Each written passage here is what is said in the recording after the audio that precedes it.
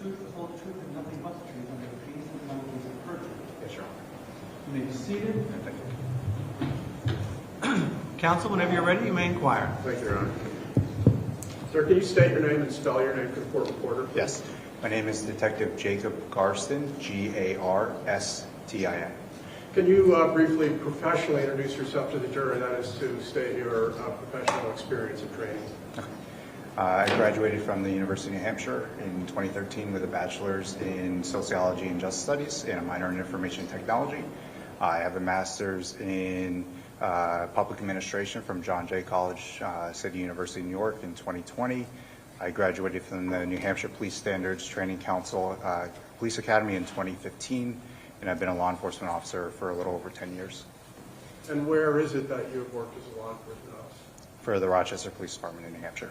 And can you briefly describe your progression of rank and duties through the Rochester Police Department? Yes.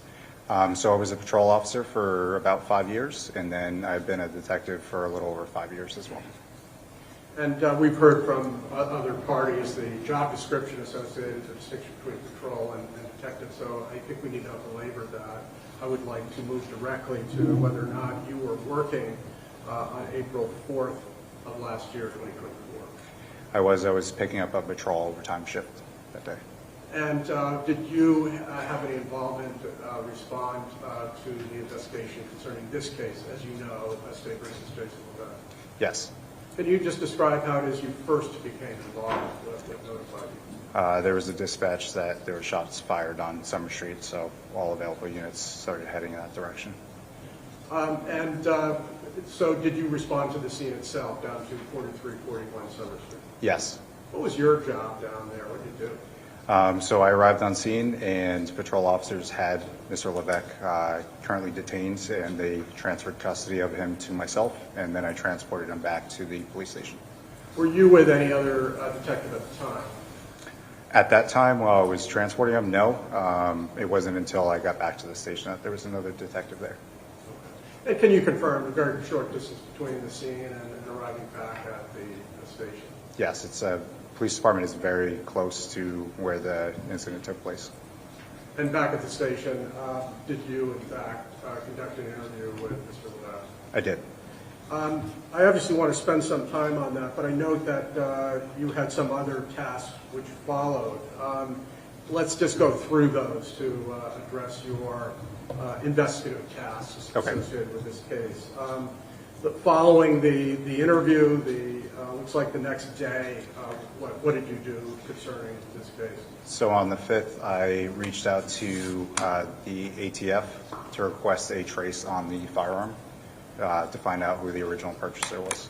And were you able to follow that up with ATF assistance to actually conduct an interview of the genesis or origin of the firearm? Yes. Did you document that in your report? Yes. And then just to help things along here, my understanding is that on the 8th you requested all the dispatch and 911 tapes. I requested all the dispatch tapes. I'm not sure on the exact date, but it was a couple days after. And what was your reason for doing that? To identify any other additional potential witnesses that we haven't spoken to. Also, if there was any excited utterances, during the heat of the moment, someone might say something that they might not remember later on. And did you, in fact, listen to all those correspondence, the dispatches, and memorialize that, and take notes of it in your report? Yes. Did you follow up on any potential leads for witnesses in the surrounding area? Yes, we spoke to a number of witnesses, myself and some of the other detectives, to try and identify any other potential witnesses. In your view, did the people that you spoke to who had made 911 calls have anything materially to add beyond what you were able to obtain from the people who were on the scene and the video that you obtained? There is no real additional information that was gathered from those interviews. I'm reviewing your report as well. Did you have any responsibilities concerning physical evidence in this case? Yes. What did you do? So I believe it was on the 11th. I took the clothing from the drying rack, so anytime we have clothing that might be wet, we put into a drying cabinet so that way it can dry. I took the clothing and repackaged it, so for long-term storage. And was that essentially the extent of your involvement with physical evidence concerning, scene analysis or anything along those lines? Yes, I didn't do much on the scene. I did photograph the clothing as well prior to packaging it, but that was the extent of it.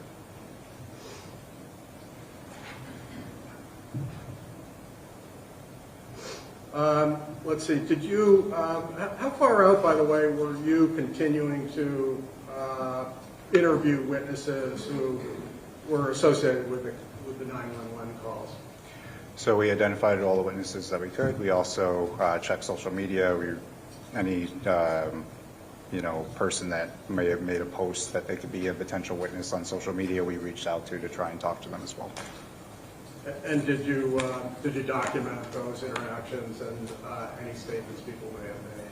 Yes. Once again, concerning social media, those contacts, did you determine, in your view, whether there was anything material to add to what detectives obtained from the scene and video evidence?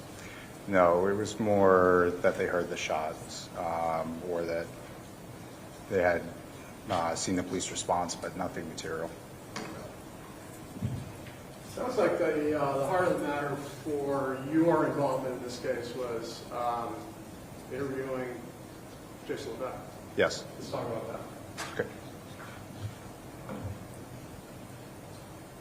Describe for us the process that you said you took him into custody down at the at 43 Summer Street. Just walk us through what happens next. So whenever we take someone, whether they're detained or arrested or in custody, we would conduct a search to make sure that there's no weapons, contraband, firearms. He got transported to the police station in the back of my cruiser. He would be driven into the Sally Port. From there, I walked him into the booking area and then transported him via elevator up to the interview room. And where did you ultimately take him? To the interview room upstairs. And talk to me about that interview room. Can you describe it for us? Yeah, so it's a approximately 10 by 10, 12 by 12 room. There's a circle table in the room. There's 4 red hard plastic chairs. And look, this is at something like 10:30 at night.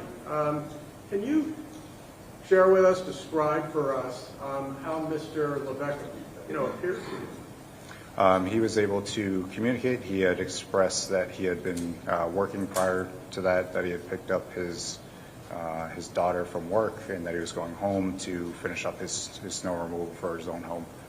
So before we get into the narrative, his account of sequence of events and things he heard and saw and did, I want to talk a little bit more about his appearance. You said he mentioned that he was at work. Did he share with you for how long he had been working?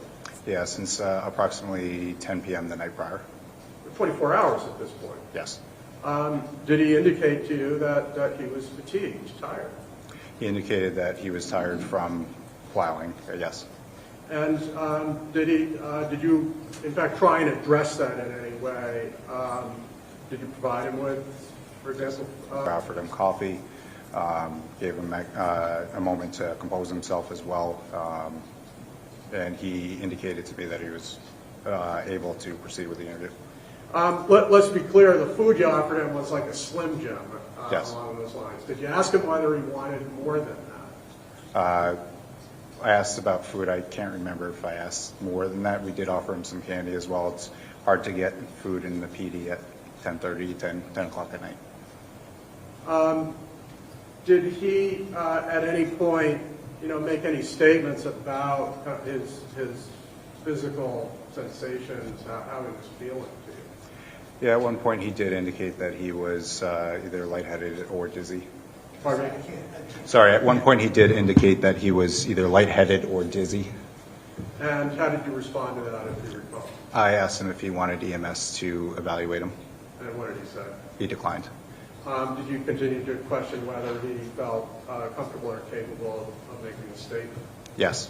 Now, was there a period of time where you were, frankly, setting up? That is, did you go right into the interview, or was there a delay between arriving at the station and actually start beginning the interview itself?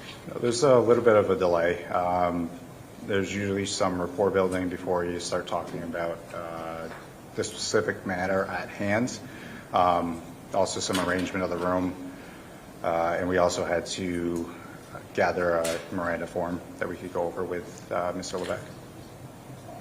And during this kind of setup process, did you recall whether or not Mr. Levesque actually asked to lie down, literally on the floor? Yes. And did you accommodate that? Yes, we did. Describe what he did. He laid down at one point. We let him rest on the table when he wanted to rest. We didn't prevent him in any way from taking breaks when he needed. And after that process where he said, I'd like to lie down, did you revisit whether or not he felt comfortable or capable of having a conversation with you? I asked him multiple times if he was willing to, if he was okay, and if he needed any sort of assistance, or if he's willing to participate, yes. And from your perspective as an investigator, how did he appear during question and answering? Yeah, he was able to recall fine detail. He was able to articulate himself. He was able to recall memories as far as what happened. Was he responsive to specific questions, for instance? Yes. So he oriented them to the topics that you were asking about? Yes, and even before the interview, he's asked basic questions as far as his name, address, date of birth, phone number. He was able to recall those. No difficulty doing those as well. Then I want to get into the substance of your conversation with Mr. Levesque. Okay. Did you ask him about the specific activities that preceded his contact with Kyle? Yes.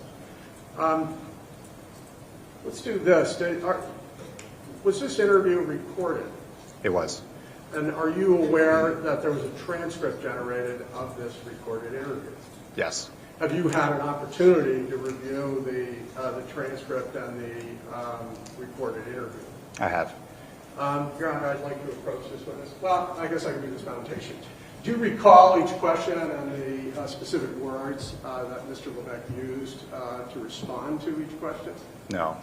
Would using or referencing the transcript assist you in your memory and it being accurate concerning the words you used and the words Mr. Levesque used? It would be, yes. Your Honor, may I approach this witness?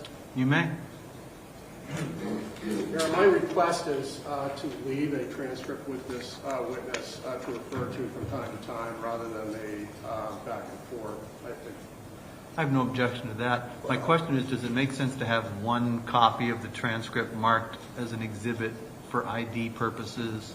Well, first of all, it should be marked certainly for ID. I mean, we would prefer it all. So well, I understand that. We've had that discussion, and I'll allow you to remake that argument if you need to at a later point. But at this point, where it's going to be used to refresh his recollection, as I understand it? Or if we could briefly approach. Sure.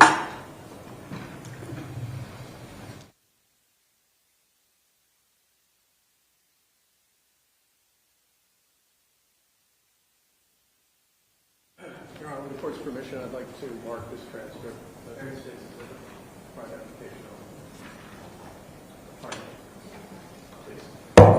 And counsel, I just would like to remind you that I have been told that some folks are having a hard time hearing. So to the extent you can sit right up close to that mic. I know you're sort of soft-spoken by nature, it seems like. So if you could keep your voice up, that would be helpful. Yes, Your Honor. Thank you. how is that with Mark? I have nothing. I'm sorry, what was that? 29. All right. So the transcript is now States Exhibit 29 for identification. Yep, 29.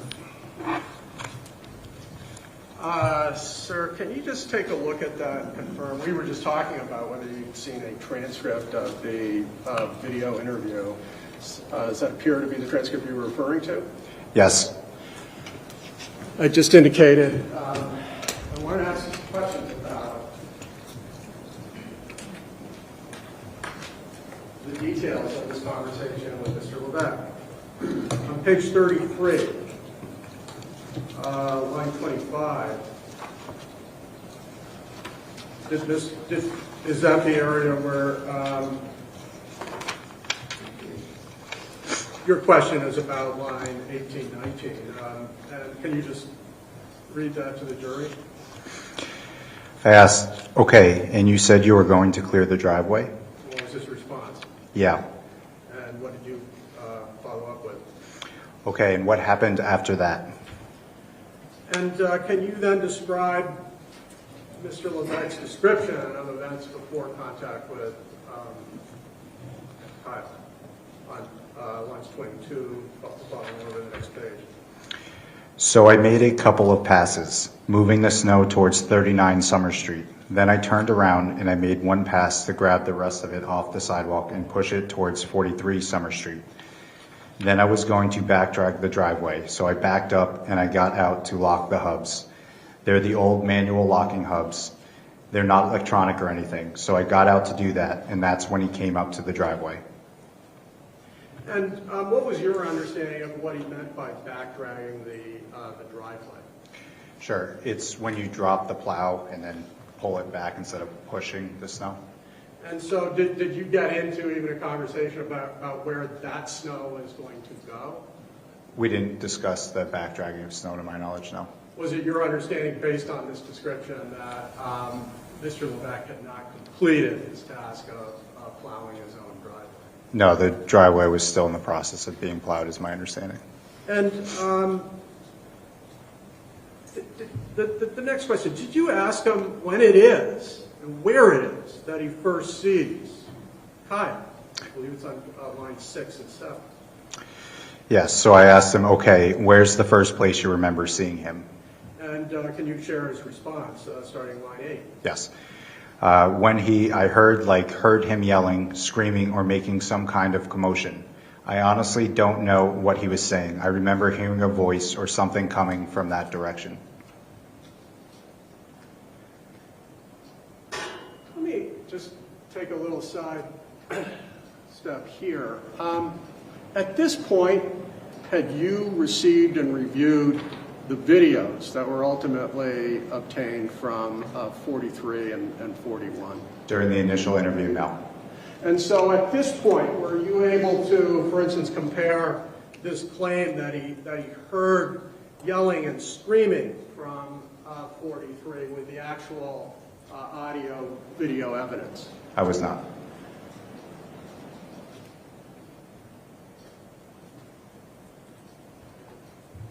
And then did you follow up to try and get a better sense of where it is he first saw Kyle in the following question, which I believe is at line 12? Yes, so I asked him, okay, and when you say that direction, which, and he responded from 43 Summer Street. And did you ask more specifically where at 43 Summer Street? Yes, so I asked him, like the corner of the house, the garage, and he responded, the driveway. And your response? So I asked him, the driveway? Okay, so you look, I'm assuming you look over because you hear the noise. And what's his answer? Yeah, and there I saw him come from where I can finally see him coming out of the driveway. He was putting on his shirt. He was shirtless, so he was putting on his shirt. And so his answer to you of when he sees Kyle for the first time, he's actually doing something. He's putting on that hoodie. Correct. And were you able to later view video and confirm that Kyle did in fact put on a shirt or a hoodie all the way back in his driveway at 43? Yes.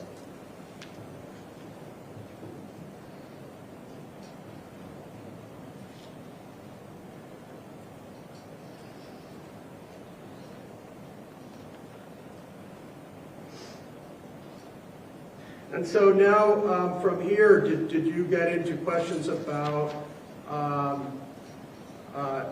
his actual appearance? You said you've established that his first time he notices Kyle, he hears something over there, and he actually sees him coming out of the driveway. I want to turn your attention to page 35.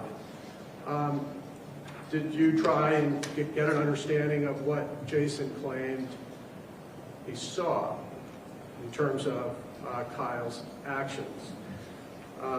And so I'm going to direct your attention to 35 line 6. Yes, so I asked him, okay, so he was putting on a hoodie at that point. Describe, I guess, he's yelling at you. Okay.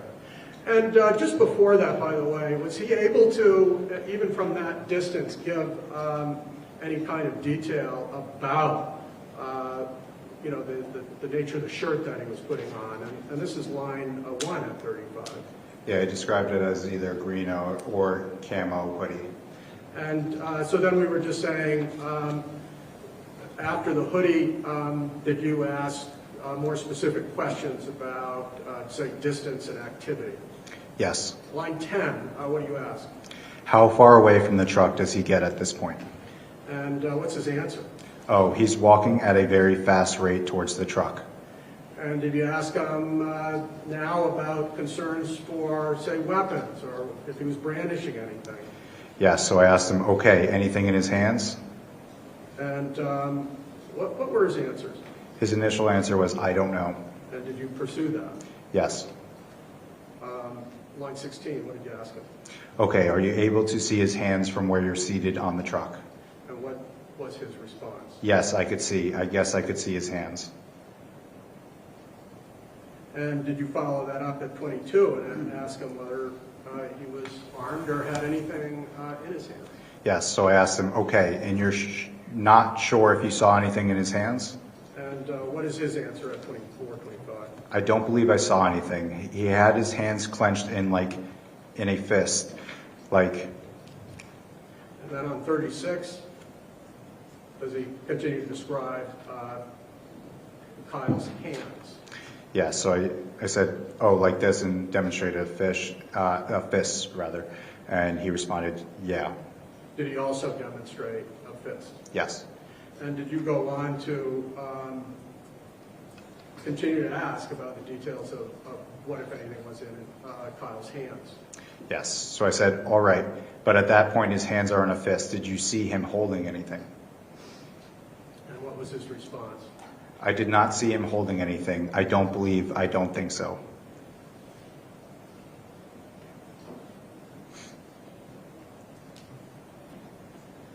Is it your, I don't know if technique is the right question, but where somebody you're interviewing makes a statement or a series of questions, do you tend to kind of loop back towards it? Do you revisit the same questions at a later time in the interview? Yes. For an interview, you might ask the same question multiple times in different manners. Why? One, to check consistency. Two, sometimes further on in the conversation, they might recall something that they did not recall at the time, but mostly to check consistency.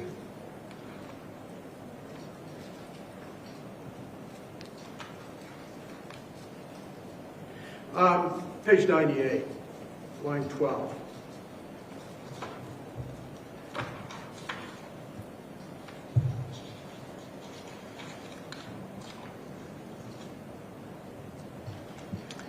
Is that an example of you revisiting whether he had a weapon? Yes. And what was your question? Had you seen him with any weapon or anything at any point during any of this exchange or in the past? And his answer is 15, 16. I don't know. I don't believe so. No, I don't believe so.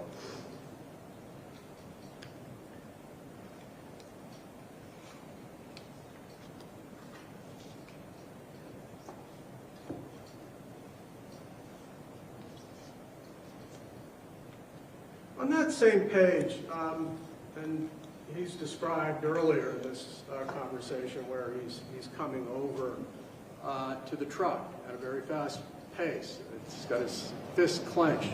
Did you ask him here about his daughter at same page, line 9? Oh, excuse me, no, yeah. Yeah, so on line 7, I asked, was he making any movements towards your daughter at that point? And what was his answer? No, he threatened me again was just threatening me and I'm going to kill you and your family. Okay. Then let's get to that, the threat. It seems like you've asked multiple questions about the threat. I'm going to go back to 36, which is the first description of this.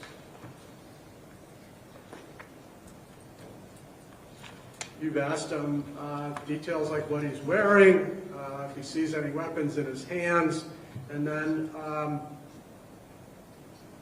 at line 15, 16, it seems like you're now getting into the threat. Yes. Can you indicate this line of question? Yes, so I asked him, sneakers, okay, so he's coming at you yelling. Can you make out anything he's saying at this point? And how did Mr. Levesque respond at line 18? Yeah, he said, if you put that fucking snow at the end of my fucking driveway, I'm going to fucking kill you and kill your fucking family. And did you ask, kind of any certainty or how specific that was? Can you give us the follow-up from that? Yes, I asked him, okay, and just to make sure that we're not paraphrasing, is that the, and he responded, yeah.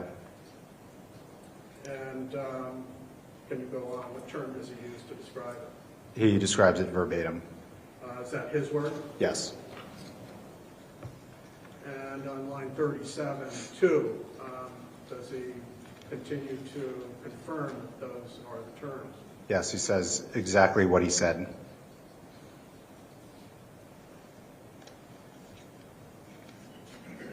Did, at any point, I mean, you revisited the question about the threat. Yes. At any point, did it change to be more specific, say, towards hero or daughter or anything like that, other than beyond, first, if you move the snow, I'll kill you and your family. Yeah. Did it ever change? From what I recall, it was the same conditional threat throughout.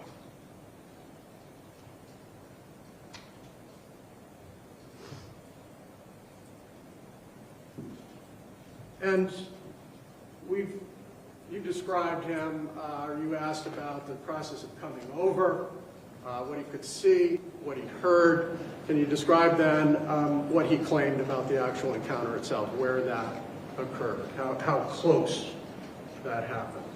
Page 40, line 10, 11.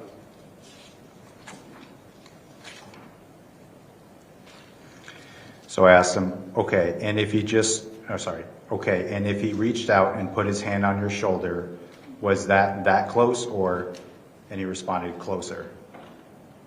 And what did you say? So I asked him again, closer, and he responds, because was literally his nose was touching my face. And does he reiterate what was said when they were literally nose to nose or face to face? Yeah, he reiterates, if you put that fucking snow there, I'm going to fucking kill you. Put that fucking snow there? Did Mr. Levesque ever indicate what snow is going where? I don't recall as far as specifics. I'd have to refer to a specific page if you have a reference.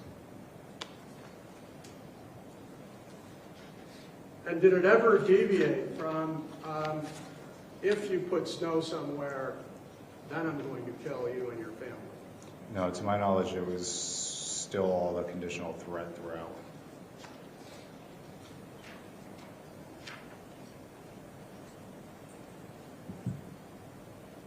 So he described to you a face-to-face, a nose-to-nose encounter combined with a threat. Did he describe what happened after the nose-to-nose encounter? Where did Kyle go? What did he do? Yeah, so after they exchanged words, or that rather that Kyle made the threat, that he started to walk away.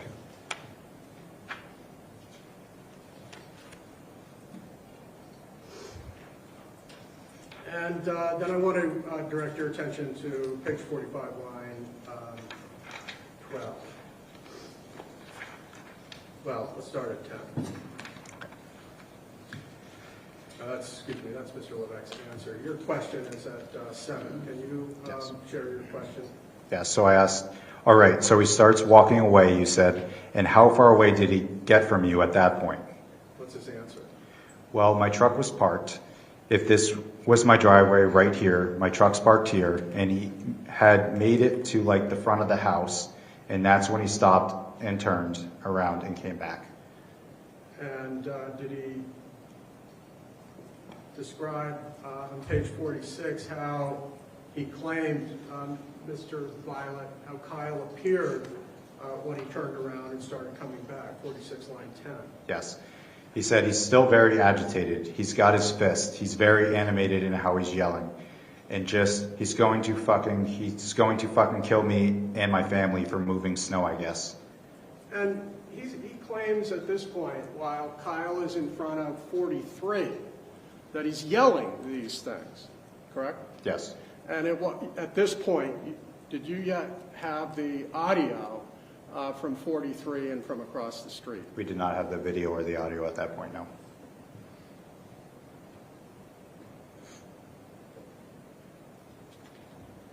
And did he describe to you on page 48 what he did in response to Kyle walking back towards the house? This is 48 line 9. Yes. Well, can you just share your question on Yeah. line 8? So I asked him what happened next, and Levesque responded, when he started coming back at me again, I didn't want to I went and drew my firearm and I pointed it at him.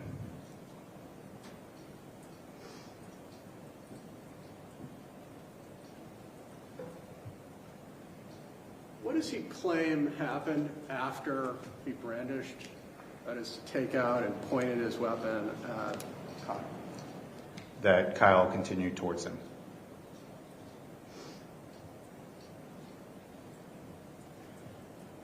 Well, can we be more specific? Line 13, same page. How does he describe Kyle coming at him after Mr. Levesque drew the weapon? Yeah. And at that point, that's when he came at me. He was coming back at me like he was ready to go.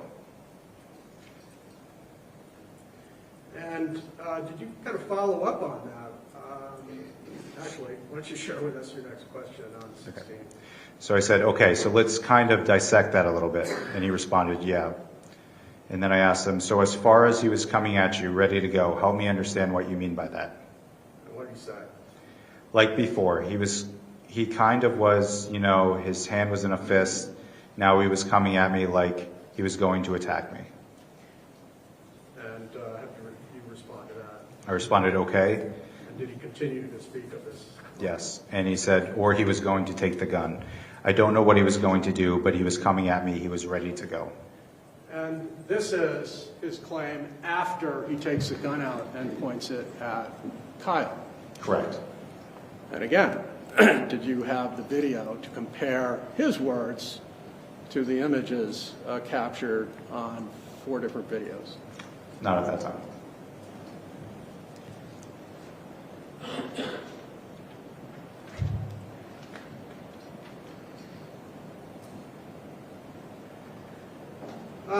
Did you try and get even more detail on this notion of Kyle coming at Jason with his pointed weapon in terms of how he was able to infer that he was going to be attacked? Yes, there would have been follow-up questions to that, yes. For example, a follow-up question on line 3. Yeah, so I asked him, okay, and what makes you think that? And he responded, I don't know how to describe that, but I'm sure if you saw somebody coming, you can tell if someone's coming at you and they're going to attack you. But if they're coming for, they want to take something from you or hurt you or whatever.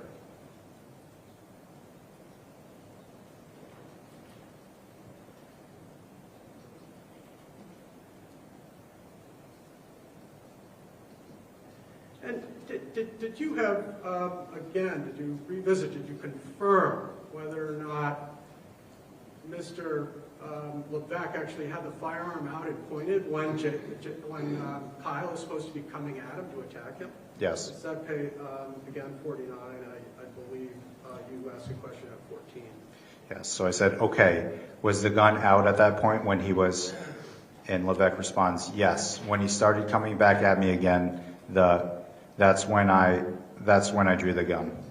And did you ask more details about how far away he got, or how far away he was when the gun came out? Yeah, so I asked, okay, how far away was he when the gun first came out? And Levesque responded, probably about 10 feet. And you? So I said, 10 feet? Okay, and did you see his hands at that point? What was his answer? Yes, they were clenched and I asked, they were still in fists? And he responds, fists. Yeah, right. And just to clarify, did you continue to really make clear that this is when he has the gun pointed? In your follow-up question, did you ask, well, where was anything about the gun? Yeah, so I asked, to be perfectly clear, I was getting some more information. I asked him where the firearm was prior to this, where he drew the firearm from, if it was in a holster, where it was on his body. And what did he say? He said that he was in his waistband, in a holster, yes. Okay. And did you use the term, and again, this is at line 3, page 50, prior to this description, these claims about what Kyle was doing? Yeah. So I asked, and where was the firearm prior to this? And what was his answer? And he responds, in my waist. And just getting back to asking about Kyle's hands, at any point at this point, this is not the nose-to-nose, but where Kyle turns, does he claim that Kyle had a weapon or anything in his hands that could cause lethal injury? At no point did he indicate that he had a weapon on him, no. And his claim was that Kyle didn't stop, but rather came at him. Yeah, that he continued to advance on him, yes. In fact, you get into a little bit more detail about this on page 53. You asked a question at line 2. Can you share that? And then you pointed at him, and he responds, yep. And I asked, and what does he do when he sees that? And what are you referring to, pointed it at him? The firearm. Any question about that, reviewing the prior page? For instance, 52 line 18. Yeah, so at 18 I said, so you pulled out the gun with the right hand, and when it comes out of the holster, where is it going from there? And he responds, in my hand like this, and he gestures with arms stretched out in front of him, imitating pointing the gun. Got it. And so we were at the point where you're asking some follow-up about what Kyle does when he sees the firearm. Can you share Mr. Levesque's claim at line 6, page 53? Yes. That's when I guess the best way to describe it, it looked like a rage, like that really infuriated, like he was angry. He was coming at me, and he was going to hurt me and take the gun, whatever, maybe. And did you have some questions about that claim? Yes, so I said, okay, what makes you, I need you to be as detailed and descriptive as you can. And he responds, I saw him come at me, like the look in his eye, like he was angry, like he was pretty much gave me a look like it's you or me. And did he describe how quickly, after the firearm is produced and pointed at him, how quickly Kyle continued to approach him? Yeah, so I asked him, and how was, I guess, his pace towards you? And he responded, he was coming at me at a pretty fast rate. So then I asked him, did that change at all from before the firearm was drawn? And he responds, yeah. And what's your next question? All right, so he walked, and Levesque responds, he quickened when I drew the firearm. And your next question on 54.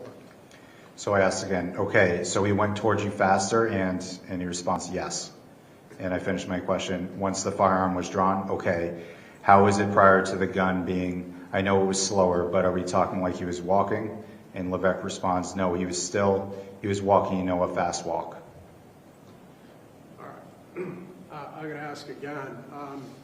You've advanced a number of pages in the transcript and sequence in terms of the narrative. At this point, when he's claiming not only did Kyle continue to walk at him after he produced the gun, but he actually increased his pace towards Mr. Levesque.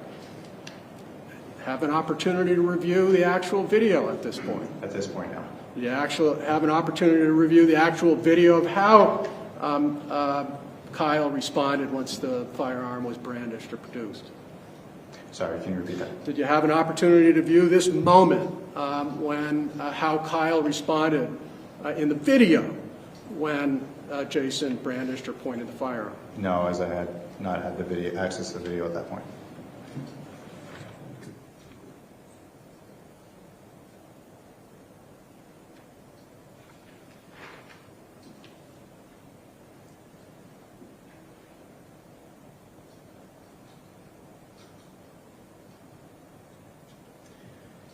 Does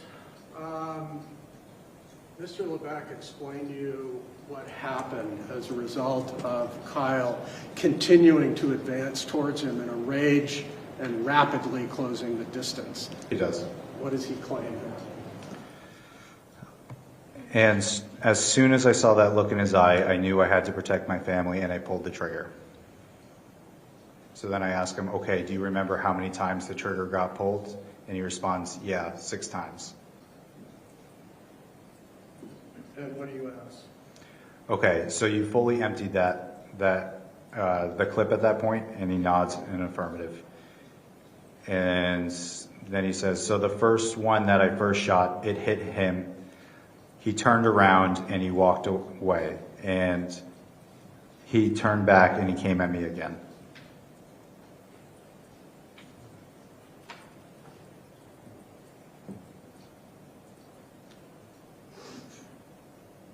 I'm sorry, you said that after he fired the shot, he continued to come at him?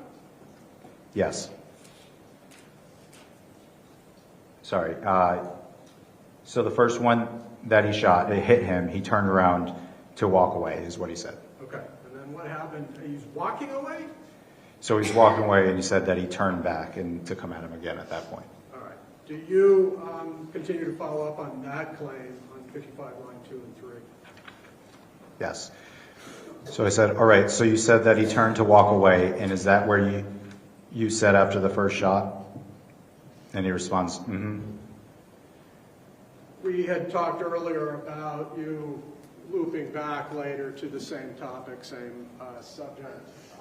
Did you do that concerning this moment after the shot was fired? Yes, later on I did, yes. I direct your attention then to page 105, line 17.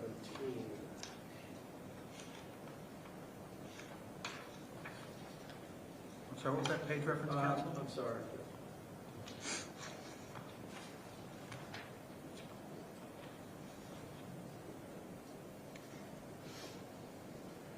Just confirming his actions prior to the actual shot. This is 105, Your Honor. Thank you. And Detective Garstin, I'm going to direct your attention to 105, line 15 through 16. Yes, so Detective Flathers asked, what was his reaction to you pulling out the gun? And Mr. Levesque responded, that's when he got angry, like he got really angry, or like more aggressive, or I don't know what word I'd ought to use, but you'd think he was not happy, like he wanted to come, he was going to get, hurt me or take the gun or something like that. And then at 106, line 2, does he continue to make this claim? Or actually, is it Detective Flathers continue to ask questions? Yeah, so Detective Flathers asked, so you're taking out the gun didn't make him stop where he was? What is the claim? Levesque responded, right. What I think I forgot to do is some basic housekeeping. You just mentioned Detective Flathers. Can you tell us when Detective Flathers came into this interview? So he was in the first part of the interview, some of the last part of the interview he had stepped out. Okay. And can you just identify Detective Flathers for the record and for the jury? Yeah, Detective Flathers is one of my coworkers. He works for the Rochester Police Department, and he has been working for the police department before I got hired on there, so it's at least over 10 years.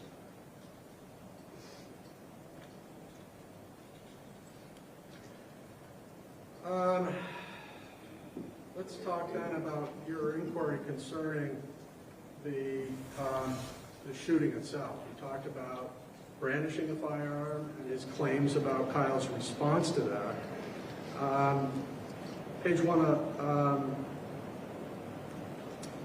Page 55. Okay. 17, you asked a question concerning the actual gunshot. Yes. Okay, and he's coming towards you, so 5 feet or less. The first shot goes off. Do you know where roughly on his body, though, it hit? What's his claim? No. In fact, you continue to press that. Yes, so I said, okay, do you know if it actually physically hit him, the first shot? And he responds, I think so. And is this an area that you revisited later in your interview? Yes. I'm going to direct your attention to page 111, 1 through 2. What was your question? Was it your intention to stop him, to kill him, something else, like What's his claim? just stop him? And do you follow up on that? Yes. So I asked to stop him. Okay. Did any of that change during the next series of shots that went off? How do you answer that? No, the first one didn't. I think it affected him he heard the shot, but it didn't stop him. I'm sorry. So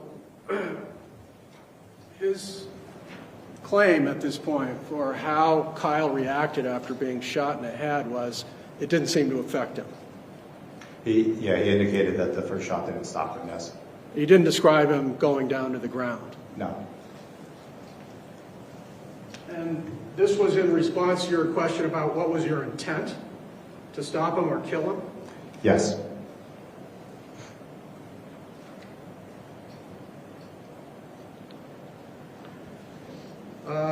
Page 54, this appears to be also in the same area of inquiry.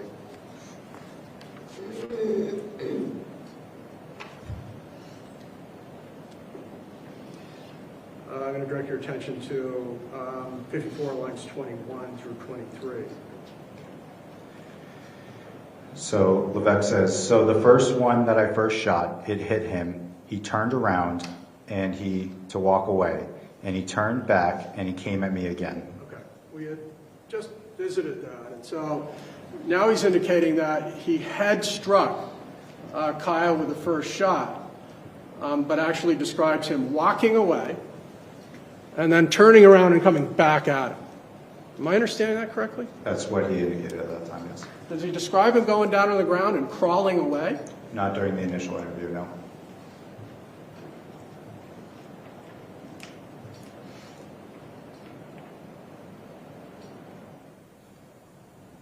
You indicated that you had asked him about the distance that he shot him the first shot. You recall how far away he claimed it was? This is 55, 9 and 10. Yes. So Levesque says, the first shot was a very pretty close distance. I would say maybe 5 feet or less. And do you remember whether Mr. Levesque claimed that he actually closed the distance or whether he stayed put? And it was Kyle who closed the distance to supposedly 5 feet. Yes. So I asked him, and you were still standing at this point. You hadn't gotten back down or anything, I'm assuming, right? You're still on your feet? And he responds, yeah. And I asked, okay, and he's coming towards you, so 5 feet or less. The first shot goes off. Do you know where roughly on his body that would hit? And he responds, no. At 55 line 21, you asked, do you know if it actually physically hit him that first shot? Do you recall his response at 23? He says, I think so. And did you follow up on that? Yes, I asked him what makes him think that. And how does he describe his basis for thinking, you know, he might have hit him at 25? So he responds from the way he moved, like you could tell something hit him. It's cut off. Maybe it didn't, maybe it was just the... Can you back up to line 1? Yes. And reread that on page 56. Did we give you a bad copy? Yeah, it looks like some of it was cut off. I'm going to approach this witness, Your Honor. Please. How pervasive is that? That's pretty good. I'm going to show you this is a better copy and ask Your Honor, and for the record, this is 56 continuing on to line 1. Yes. So you could tell maybe something hit him. He flinched, or maybe it didn't. Maybe it was just the noise. Like he reacted to it, I guess would be the best way to describe it.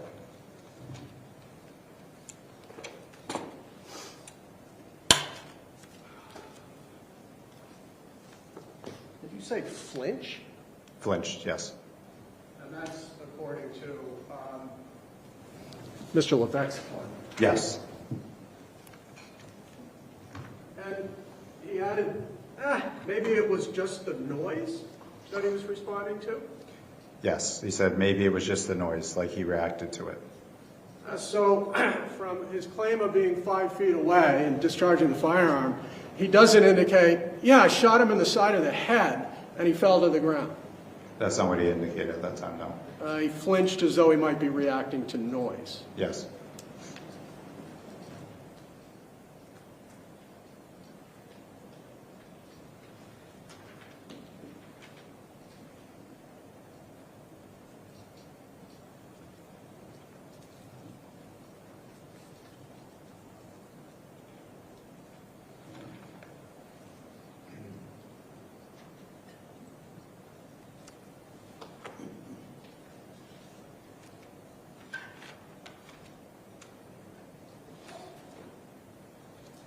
And did you follow up on that, 56, line 5 and 6?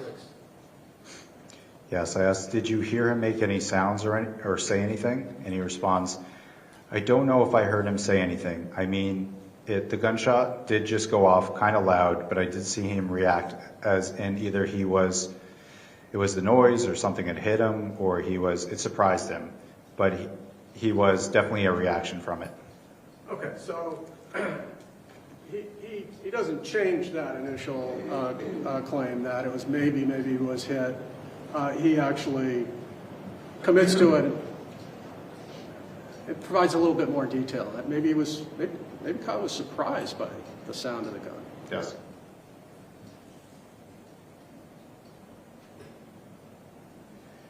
And did you follow up and ask, more about Kyle's reaction to this gunshot going off? Yes, I asked, okay, does he stay on his feet? And Levesque responds, yeah. Okay. This is in reference to the first gunshot going off. And he's described his reaction to it as maybe being surprised, maybe surprised by the noise. But you ask physically, what does Kyle do? And his claim was Kyle stayed on his feet after being shot? That's what he indicated, yes.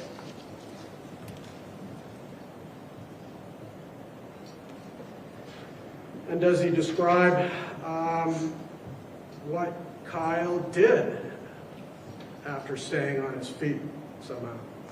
Yes, so I said when the first shot goes off, and you said he turned, which way did he turn?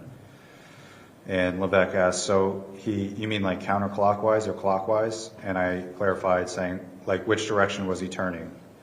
So Levesque says, so then he turned, he was still heading for me, he started going back towards his house.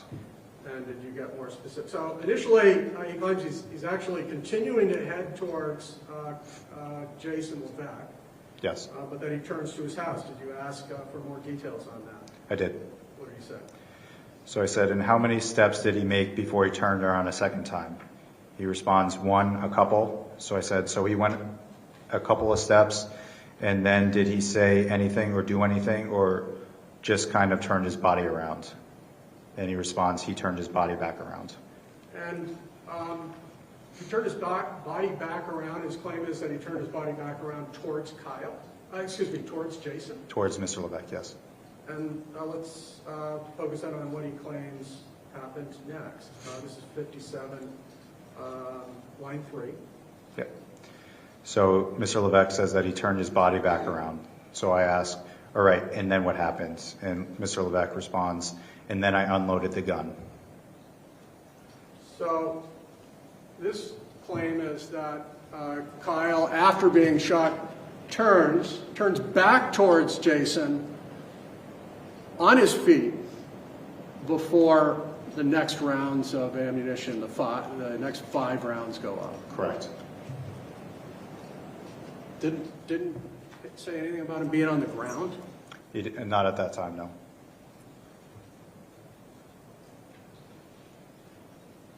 And did he actually make any claims about the distance that Kyle closed on Jason before he fired 5 more rounds? This is a continuation of 57. Yes. So I say, and how far away was he when those next 5 shots went off? And Mr. Levesque responds, a couple of feet. So I asked to clarify, and just to be clear, I want to make sure, what's a couple of feet? Mr. Levesque says, I would say 3 feet, 5 feet. And then I ask, all right, so he was about 3 or 5 feet away, and Mr. Levesque responds, yeah. Okay. From that distance, standing in front of him, did you ask anything about the injuries or the shots connecting in any way? Yeah, so I asked, and do you know if any of those shots connected? And he responds, I'm guessing, while nodding his head in affirmative. Just due to the fact that he ended up like how he was holding himself, and he started walking back towards his house, like holding him like he had been hit. That after taking the 5 additional rounds, Jason Levesque describes him holding himself and walking back to his home? Correct.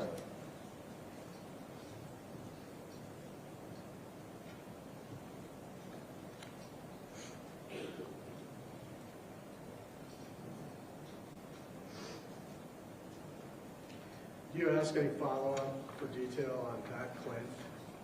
Yes, so I said, okay, where was he holding himself? And Mr. Levesque responds, I believe on his abdomen. So I ask him his abdomen, and Mr. Levesque responds, yeah. Is this the kind of detail you were referring to at the outset of our conversation when you said Mr. Levesque seemed responsive to your questions? Yes, he was able to answer questions asked in multiple different manners and provide fine detail as well. Did he ever say, you know, look, I don't even know what you're talking about anymore about firing the gun or where he was positioned? Did he ever invoke to you, this basic confusion, I'm too tired? Later on in the interview, when he did ask to put his, to think for a minute, to have a moment where he put his head down, but then he was able to clarify. But at that point in the interview, no. Was that after you shared the fact that investigators were looking at video? That we indicated that we had finished the initial investigation, that we had spoken witnesses, that we had video, yes.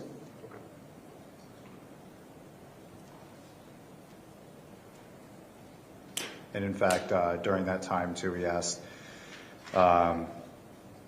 basically for me to reiterate what he had previously had said at that point.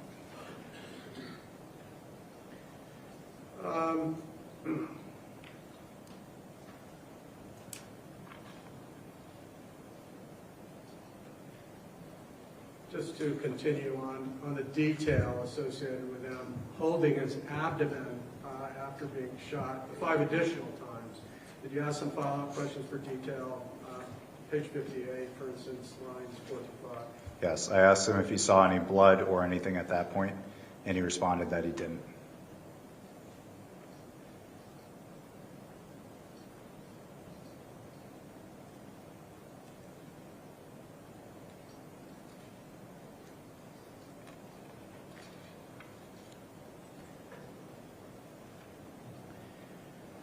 Couple of follow-up questions. You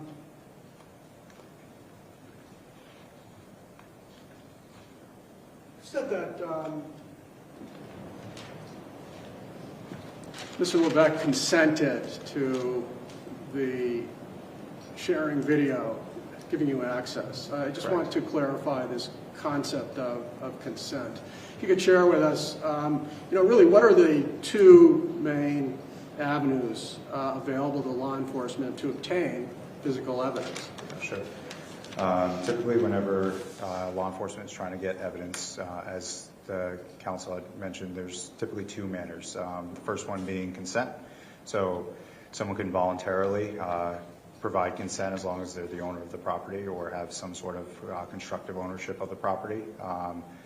The other one being a search warrant. So we basically ask for a permission slip from the judge granting us permission to either search or seize some property.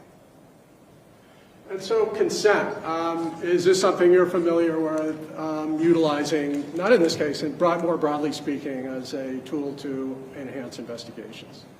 Yes, we get consent all the time in cases from both victims, suspects, witnesses, from a good amount of people throughout the course of investigations. Let's focus on suspects. What's your experience in suspects of crimes granting you consent that subsequently leads to damning or incriminating evidence?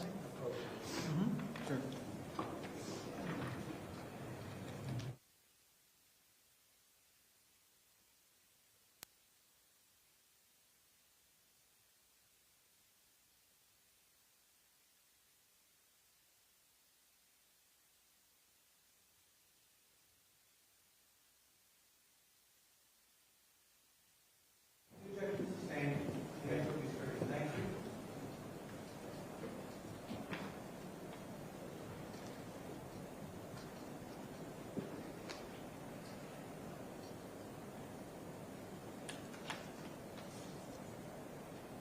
Do you have a conversation with the defendant, Mr. Levesque, about what he did after the shots were fired? Yes. And I'm going to direct your attention to page 61.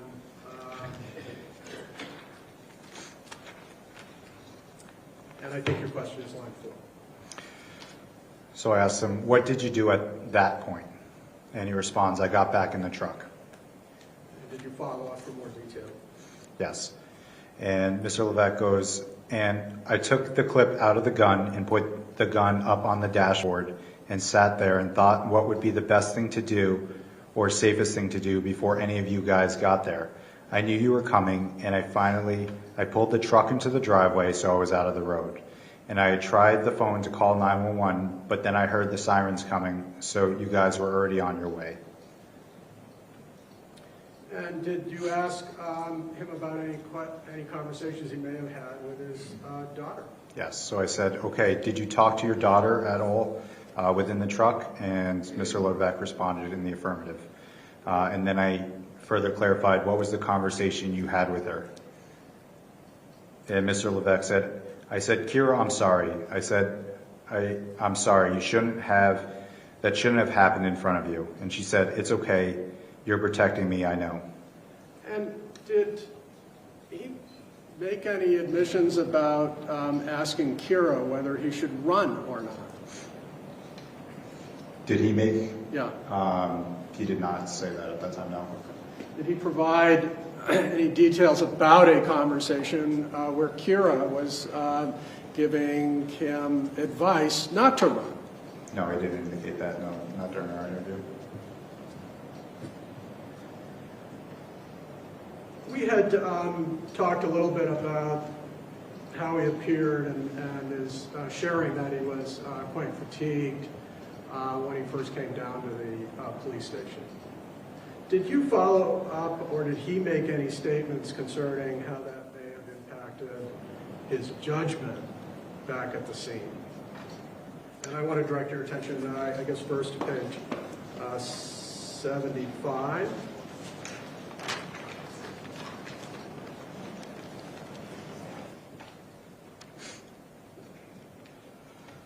So Flathers asked, yeah, worked 24 hours, and Levesque responded, yeah, and I was up all day the night, and I was up all day the day before because they didn't call me till 6 o'clock to say that I was going in at 10.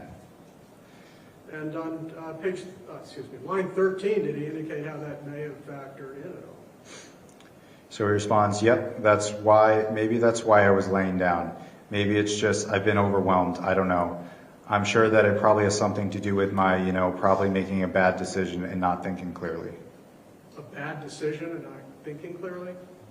That's what he said, yes. And does he make any references to that again? I'm going to direct your attention to page 150, line 12.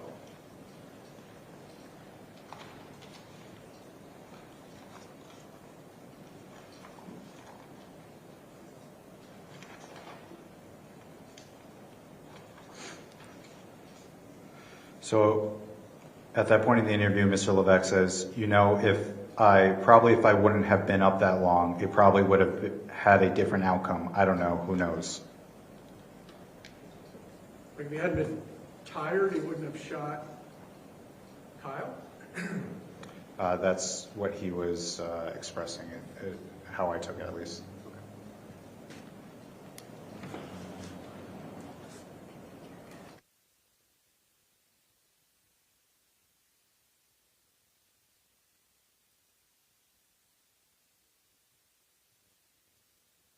As you know, Attorney Sistu likely has some follow-up.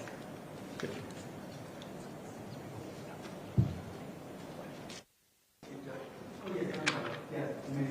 you. Good morning. Good morning.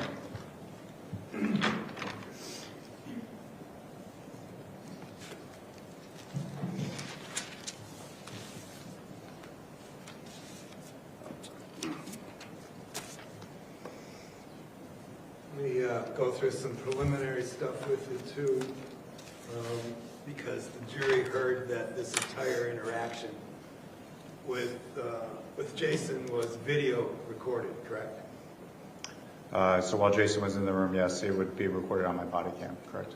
Right, and that means that you have a video recording of the interaction at the Rochester Police Department that would be full and complete, correct? Of when I was interacting with Jason, correct? Right.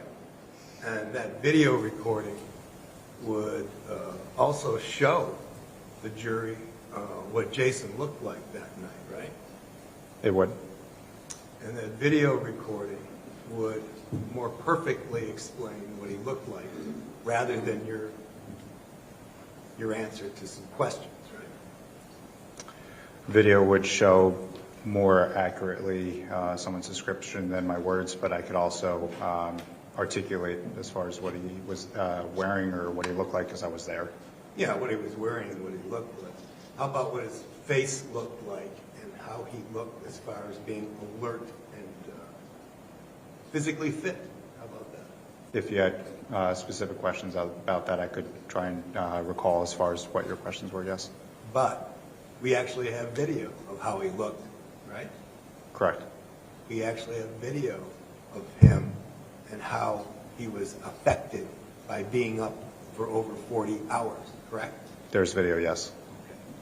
And there's video of him literally laying down, trying to rest, right? There's video, yes, of him resting. There's video of him telling you that he's feeling hot, right? Correct. There's video of him being helped by you so he could sit down, right? When we're first walking into the interview room, yes, he was escorted into the room, yes. Right. And you didn't want him to stumble or fall, right? Correct. I do not want him to stumble or fall. Right. And he's complaining about being hot, right? At one point, he was complaining about being hot, yes. About being exhausted. Yes. About being overwhelmed. Yes. And in fact, you're concerned to the point, before we're getting into any of this question and answer, about whether EMS should be called, right?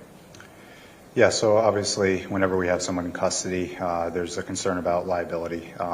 So if there's any concern about someone makes an expression that they're, tired or shaky, we'll at least offer up EMS. Whether or not they take it, as long as they're competent, they're able to make that decision for themselves.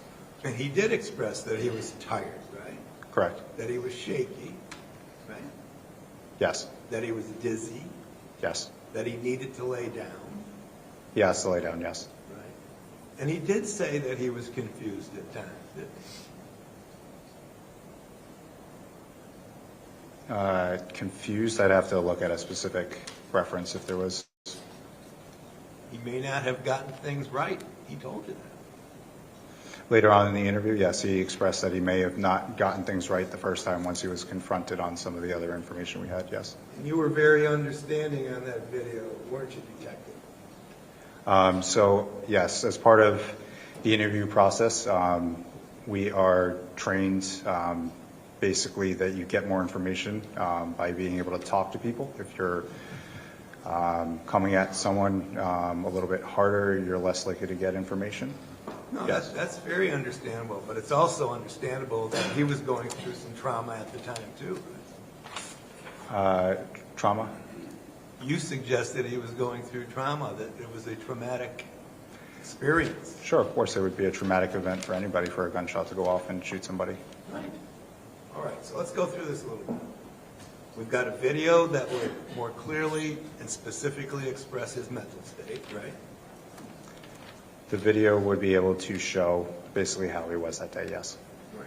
His physical and mental situation at the time of the interview, right? It would be able to show how he was that day, yes. Yes, and it would be specific with regard to some of these questions that were asked by the prosecution, right? It would be the same answers and responses from the transcript, but yes, it would be specific. Well, there'd be a heck of a lot more questions than answers, wouldn't there?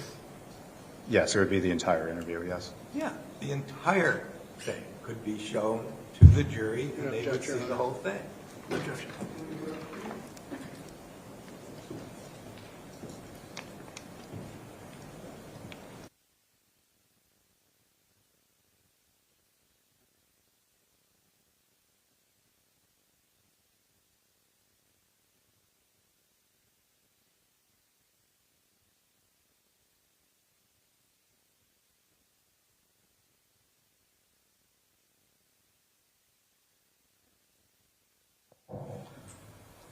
The objection is sustained. At this point, ladies and gentlemen, I am going to instruct you that there are circumstances and times when there is potential evidence or information that the jury is not always allowed to see because of various rules of evidence. And the mere fact that there might be some evidence that you have not been able to see, you should not draw any inference from that fact. Questions as to the admissibility of evidence and what evidence comes in or doesn't come in is for the court to make. Those are decisions that I make based upon the law, and so you're not to draw any inference one way or the other from that fact. Attorney Sister, you may continue with your questioning. Thank you. So let's start from the beginning of your interaction with Jason. You described escorting him into the station and taking him to a specific room. Yes. And you went up an elevator, I guess, to that specific room? Yes, we took the elevator from lower booking up to the ISB interview room. And right at the beginning of this particular interaction, Jason described to you that he was dizzy. He indicated during the elevator ride that he was getting dizzy, yes. Yes. And this would have been at or around, what, 10:30? Somewhere around there, yes. Shortly after the shooting incident. Correct. And he says he's dizzy, and that was just when you started When we started what, sorry? talking to him. Talking to him? We didn't talk to him about specifics at that point. We were just bringing him into the room, get acclimated, build rapport at that point, yes. Yeah, it was the first contact you had with him. He's already telling you that he's dizzy, right? Yes, that's why I asked him if he would like EMS. Right. And it was at that point in time you asked whether or not EMS should be called in, right? I asked him if he would like EMS, and he indicated no. You told him that it's not unusual, right, that in fact his body is reacting to stress. Correct. And let me just ask you as an aside, have you been involved in any officer shootings? Anything? I've been on scene for one, but I wasn't directly involved with it, no. I mean, let's go right to it. And have you ever discharged a firearm during the course of your service? No. Not at somebody, I'll say that. I've discharged it as part of training and as annual qualifications, those kind of things. Right, but never during a situation where it was discharged and actually a round struck a human being. No. And even in your business, as trained police officers, you know for sure that your body would react in such a situation. Correct. And in fact, in your situation, the policy is there's a cooling off period before you make a statement. I'd have to look at the policy. What do you mean by cooling off? Judge, I'm going to object. Objection sustained. You haven't been involved in an officer-involved shooting, right? I have not been directly involved in an officer-involved shooting, yes. But you sympathize with Mr. Levesque that he would be experiencing stress, right? Sympathize might not be the correct word. I'm doing an interview. I'm trying to build rapport, yes. Well, you're trying to, doing a couple things. You're trying to, establish rapport, but you're also trying to make sure he's okay. Yes. Then you go over some medical stuff with him. You want to know whether or not he has any pre-existing medical condition?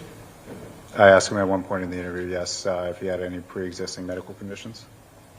And you want to make sure he's sitting down so he doesn't fall, right? For safety purposes as well, yes. I would like for him to sit down or lay down, not be on his feet. And without him even asking, you offered him some water so he can relax, right? I offer him water, coffee, food. It's part of my training for interview and interrogation. As far as that, you typically, especially if someone had been out working all day, you want to make sure that they have access to bathrooms, access to food, that we're not treating them unfairly. Yeah, we don't want to do that.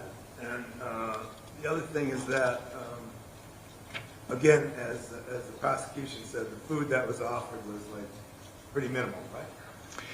It was a beef jerky stick and candy. That's all Flathers was able to come up with while I was with Jason, yes. Let me ask you, do you know what he had eaten over the past 40 to 42 hours? I don't know, no. Isn't that something you generally ask to make sure that he's okay? Again, I asked if I offered him food and water. As far as generally, I don't know if I've ever asked somebody when the last time you've eaten on an interview. When's the last guy that you interviewed that had been up for over 40 hours? I don't know if I've been in this unique circumstance before as far as interviewing someone that's been up. Right. That's an extreme amount of time to be up without any sleep, isn't it? You're asking someone that does shift work. Yeah. It's, as far as answering questions, I mean, I think everyone in the room has at one point in time stayed up all night and either had college courses or tests or final exams or kids. It was my understanding based on his responses and how he interacted that day that he was able to articulate himself.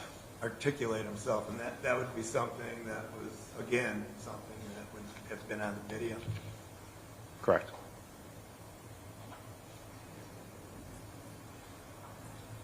You knew he had worked all day, not only just stayed up all day for 40 hours, but was working. Yes, I've worked for a plowing company before. I know what kind of work it is, yes. Right, and it can be very exhausting. Probably less so for driving the truck, but yes, it is still exhausting. Right, I mean, you don't know what else he was doing. Was he loading salt too that night? He did indicate at some point that he handled salt, yes. So he'd been in and out of the truck, right? He would have had to handle the salt, yes. You don't know if he was doing any hand shoveling either, right? I don't believe that came up during the conversation. Did you ask? I don't recall.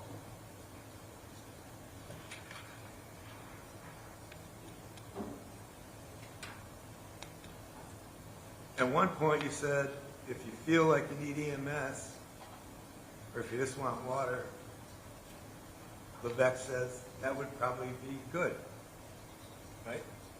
Is there a page in line that you're Yeah, it's referencing? page 9, lines 3 through 6.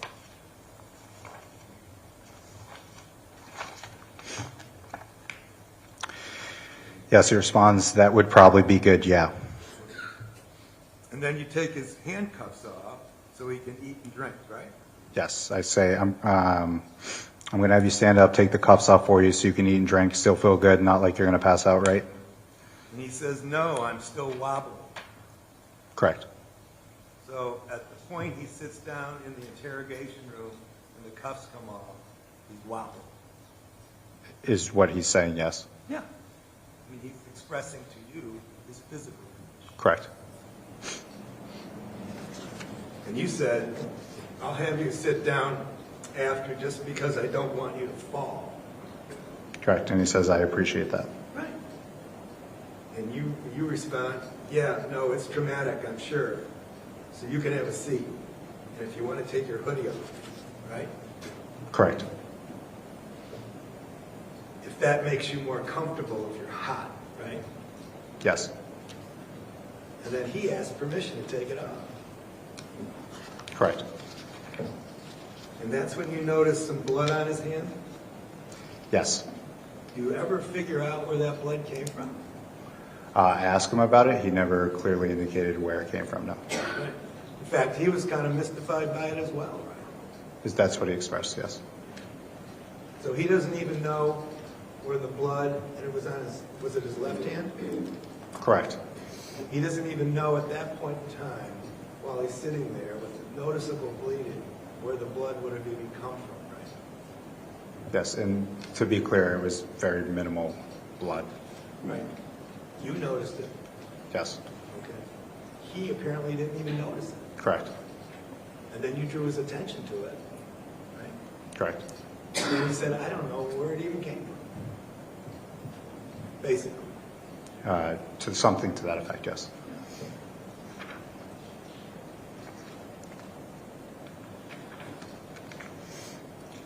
Now, you want to give him some time to compose himself, right? Correct. And this is where you start building the rapport with him, right? Yes. But right out of the gate, to direct your attention, where it's nice to meet you and so forth, on the bottom of page 11, Okay. where he says, my name is Jason, Correct. and you introduce yourself as Jake, Yes. and then basically he says, nice to meet you, Jake. Wish it was under different circumstances, right? Correct. I'm going to object to continuing. It's just hearsay. Can we approach?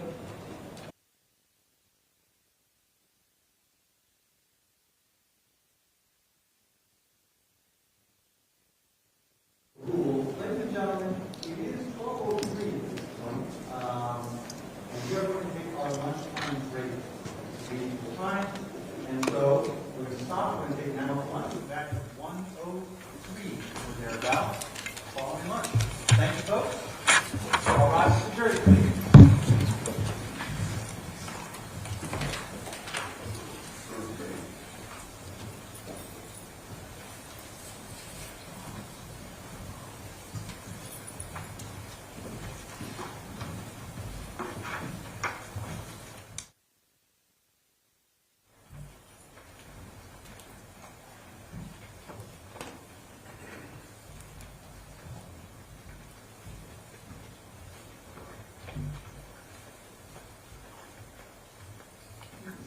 Okay.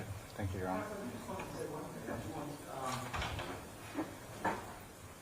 make clear, I wasn't ruling that the defendant doesn't have a right to introduce additional evidence to the prosecution. The defendant wants to be recording of the videotape. The defense thinks our relevance is favorable, and our purpose of cross-examination of this witness. The defense will certainly do that, and there may be objections as to other issues with those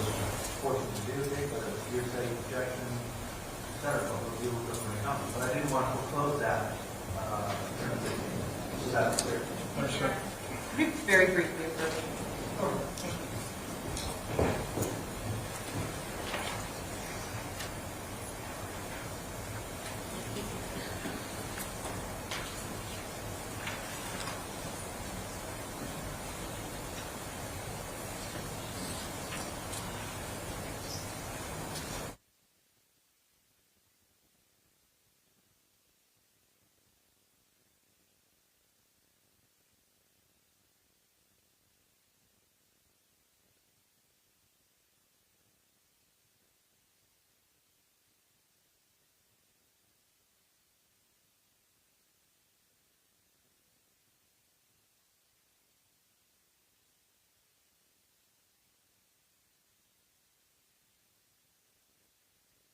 All right, thank you, folks. You may be.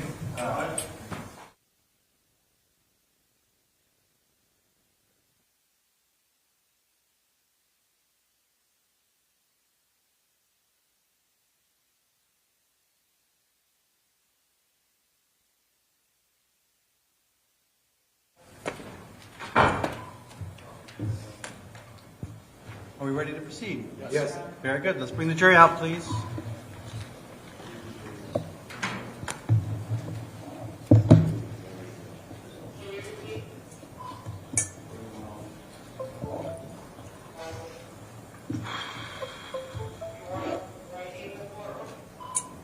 Yes.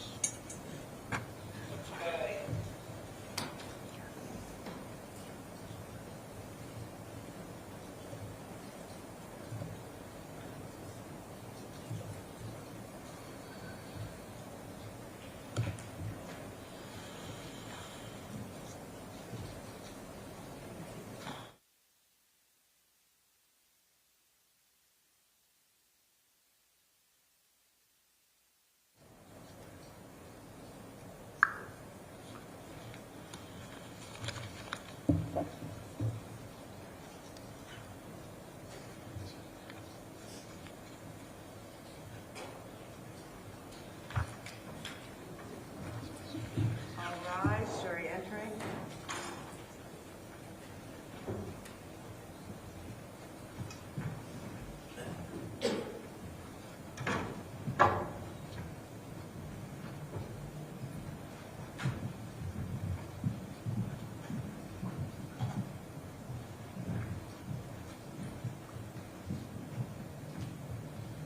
Please be seated. Good afternoon, ladies and gentlemen. We are ready to continue with the continuation of the cross-examination of this witness.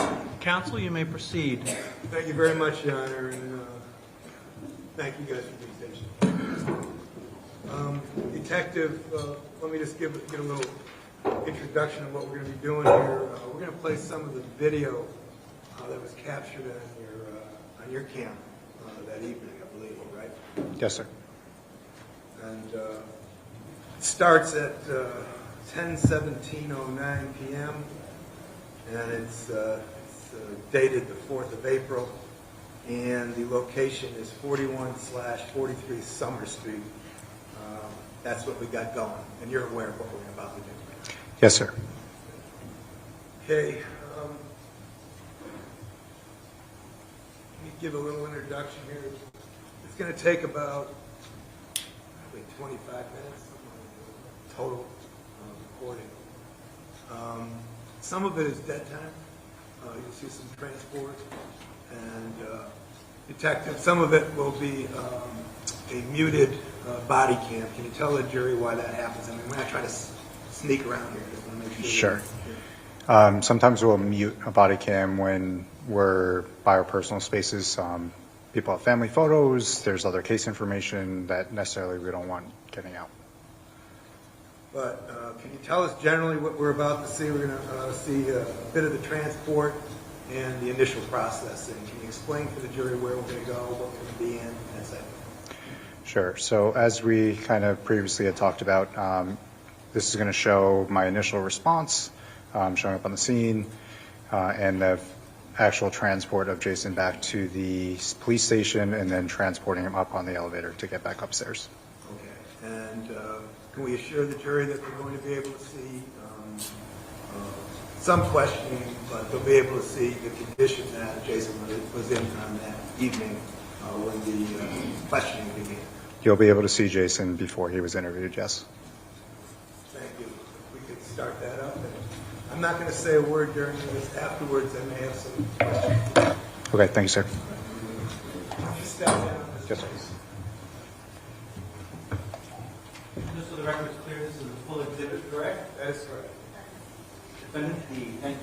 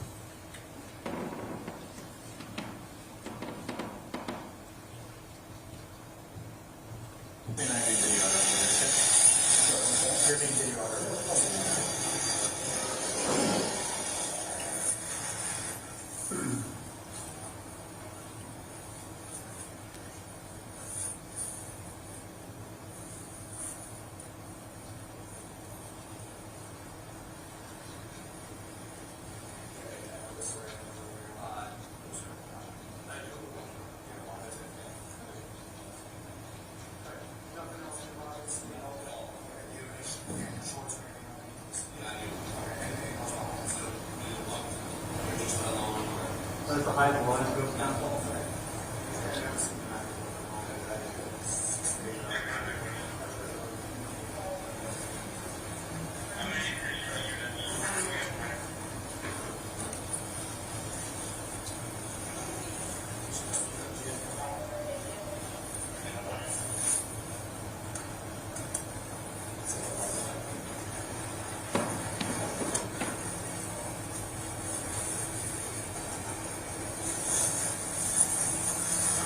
Just in order also being the other court is okay.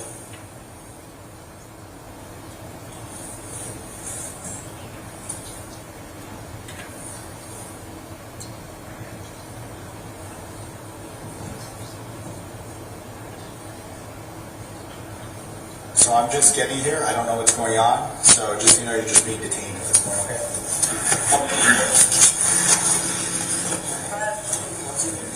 I have to check with that.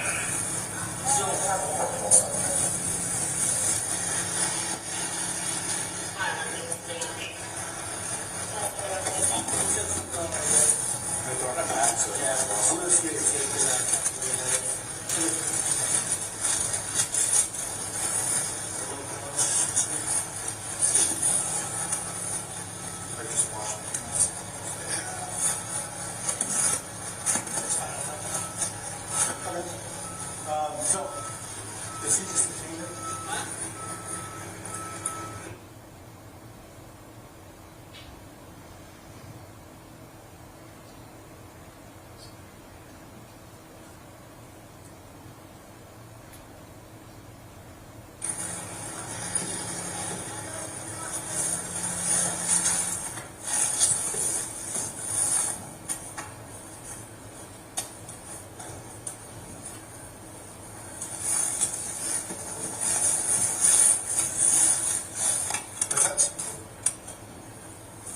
Sorry, I can't hear.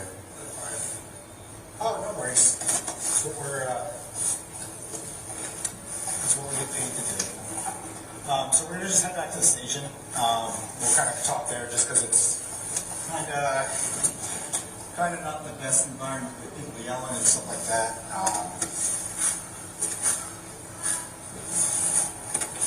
And we'll kind of talk over there. Get out of the weather too, stay dry. 6 variables. The transcript one failed is being ordered and to be approved title. Perfect.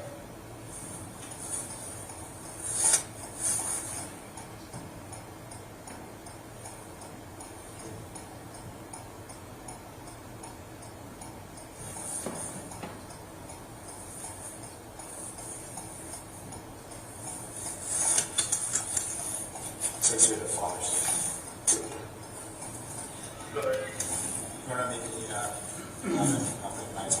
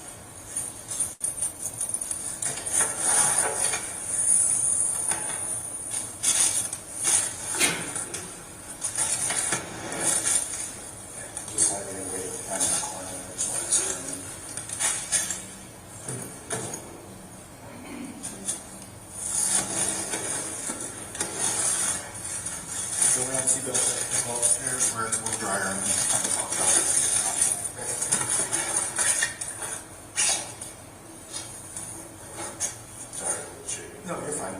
Any injuries, anything you need enough to check out? Anything that changes, not feel good, anything? What do you do for work? Yeah, it's tough. It's tough. Before I was a cop, I did construction and I meet some guys that knock the ground on the shoulder with the fire trucks. Yeah. So we'll head. Yeah, I'll get you a couple orders. Something like this.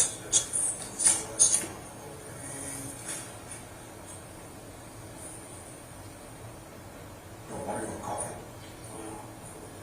I just want to. Yeah, no problem.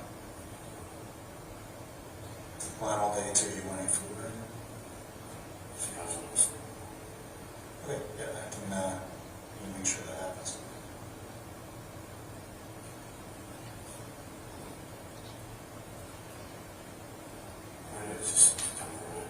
Yeah, it's okay. We'll wait for the other item on that. Come on board. Just let me know when you get upstairs and there's chairs on the table. Okay. I just thought if you I just want you to know not accepted. Okay.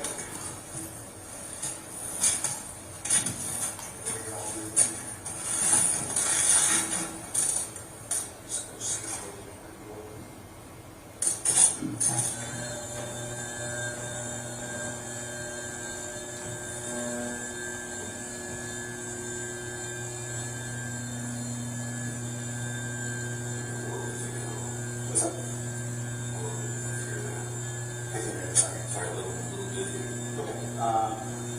How much I can do on the elevator? As soon as we go upstairs, there'll be chairs and tables. How much I sit down and if you feel like you're wanting us to check you out, something like that, more than welcome to ask me, and I will make sure to mess up those. We'll get you seated.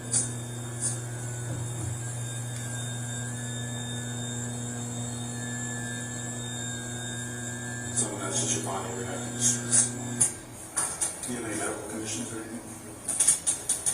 No. Are you good walking for a second? Just get to the chair. I'll help you up.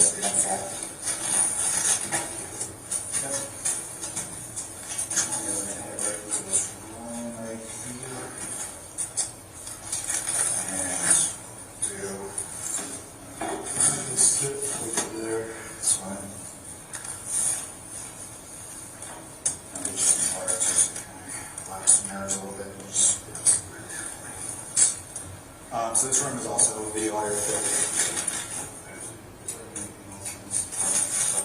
I have to see you for 1 second. I'll give you a cup of water. I just want to make sure this is on the screen. Let me come down here. Do you mind actually, you go downstairs, there's a kitchen. Just go right downstairs. There's a kitchen and the cabinet top should be cups, paper cups. You get that, just put somewhere. This one.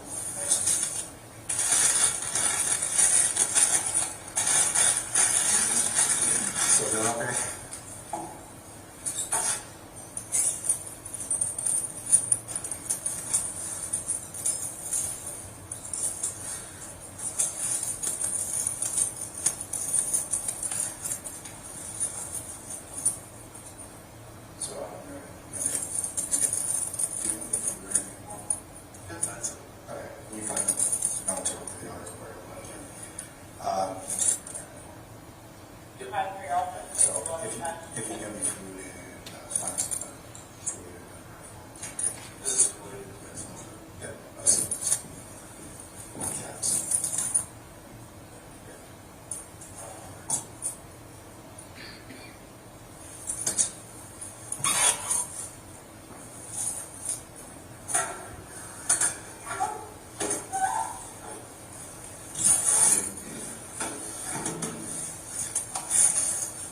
So we're just going to get you some food, and then the other guys will get you some water. I know it's especially plowing all day. Long day.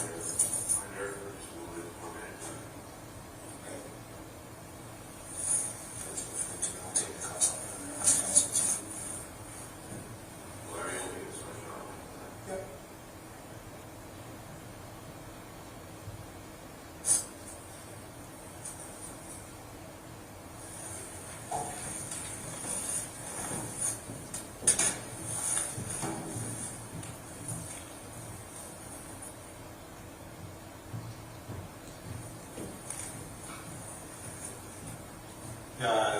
Sling didn't work? The food?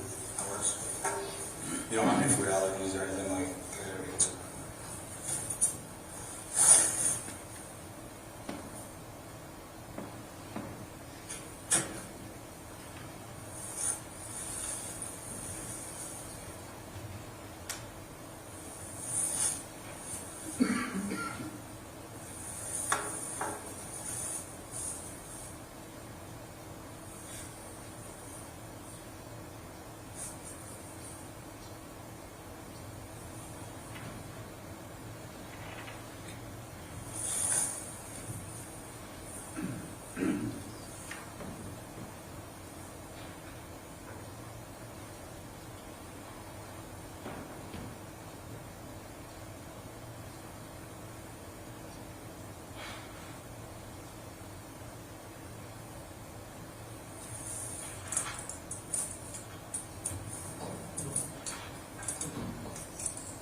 Do you do like commercial or residential kind of combination?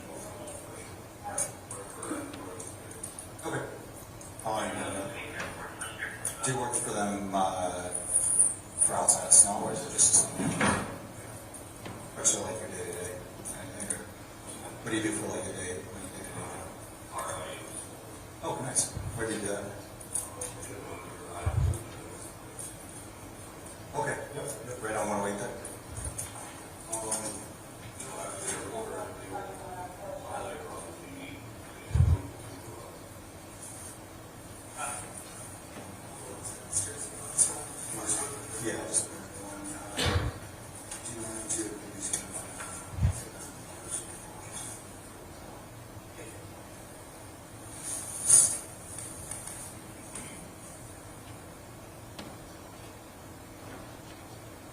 How long have you been doing do you experience all these? How long have you been doing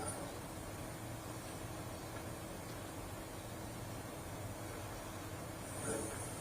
Right. Years, months, yeah. All investigate sound or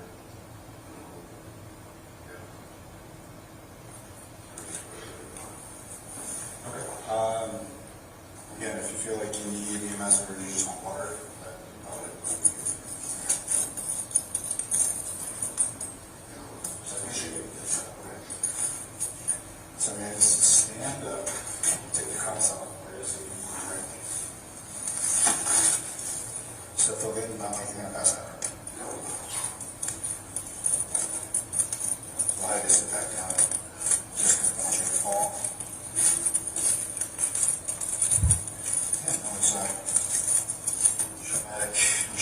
you can have a seat, and if you want to take your video, call. Yep.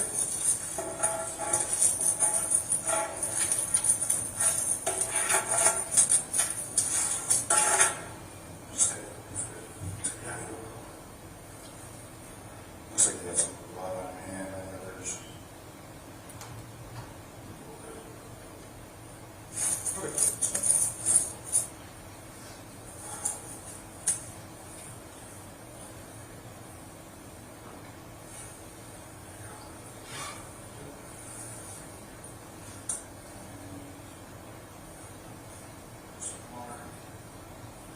Food. And if anything changes, you feel like you're getting too lightheaded, let me know.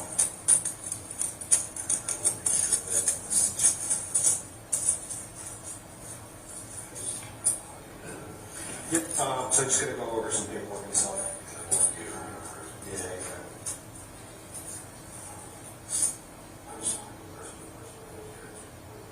Yep, I know, I hear you. I just want to make sure that you're aware of your rights and everything else too. You know, you sound pretty straight up honest. It sounds like this was kind of like something happened that wasn't planned, is what it seems like. So I just want to get, you know, there's two sides to the story. So I just want to hear what your version of events, and we'll kind of go from there. But well, make sure that you're fully aware of what's going on before you're talking. So make sure you get a second to compose yourself for some words. Especially if you had one.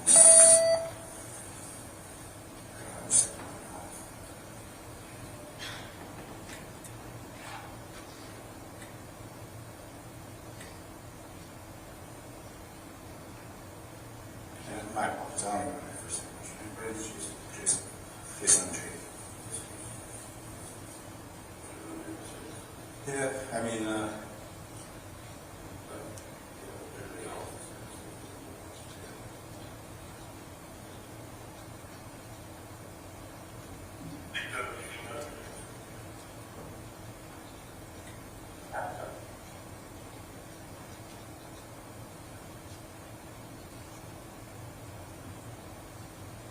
you want to have the video cycle everything.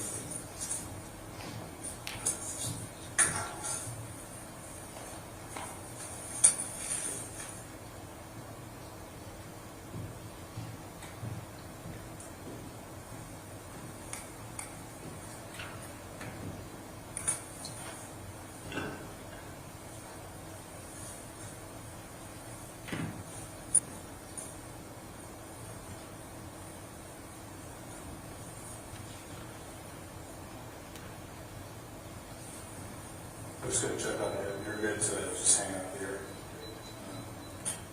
You get anything like that in terms of your just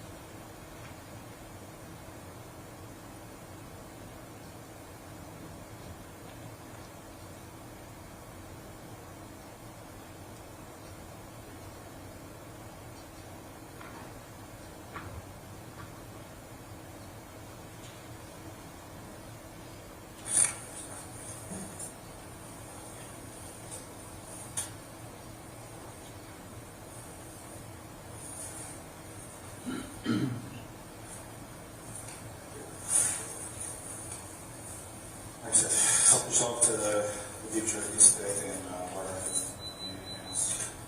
kind of know all the But you won't lay down before all this time. You feel like you're going to pass out? Do you want to miss?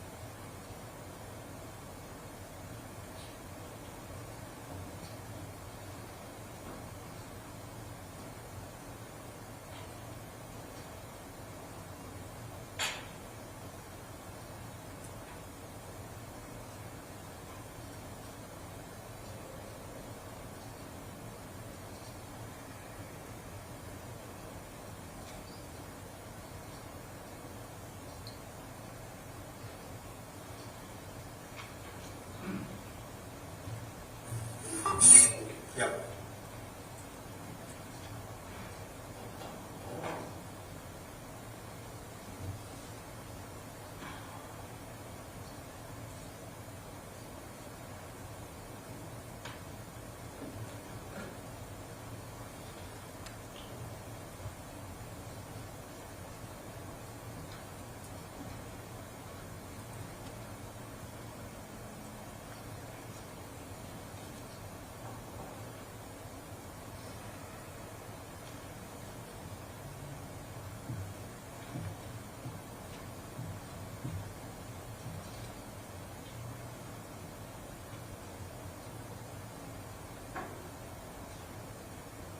You know,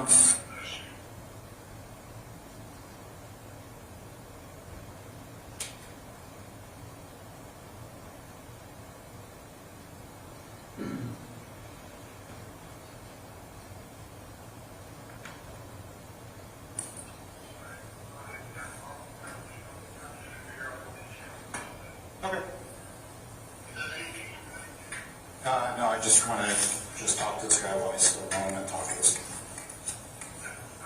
All right.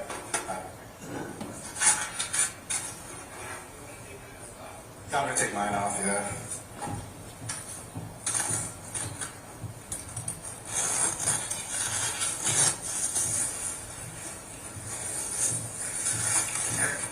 Do you have the cameras up?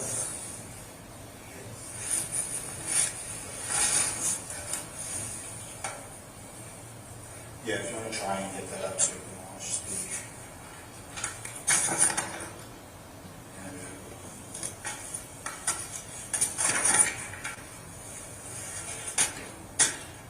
I can't open that key anymore anyway.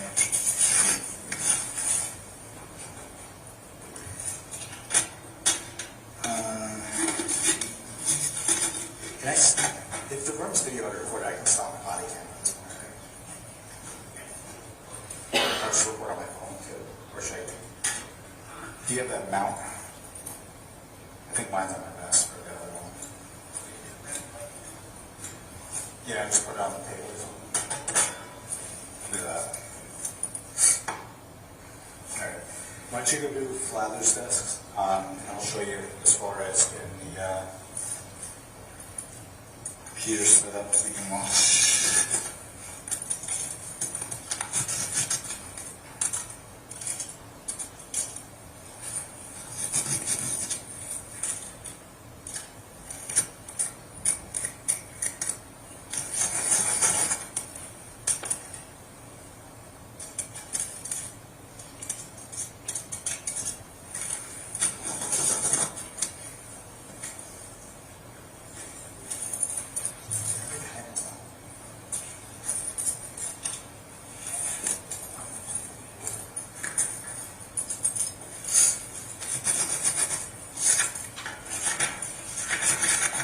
Here.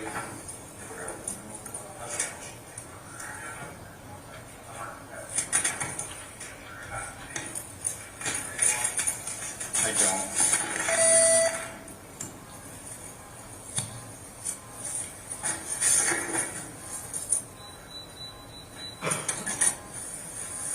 So then, okay. Yeah. Yeah, if you want to share on that.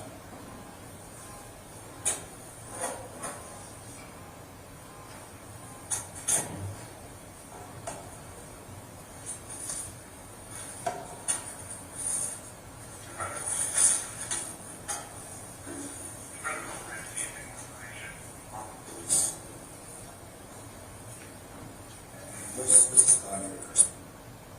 Jacob Davis. Jacob. Levesque.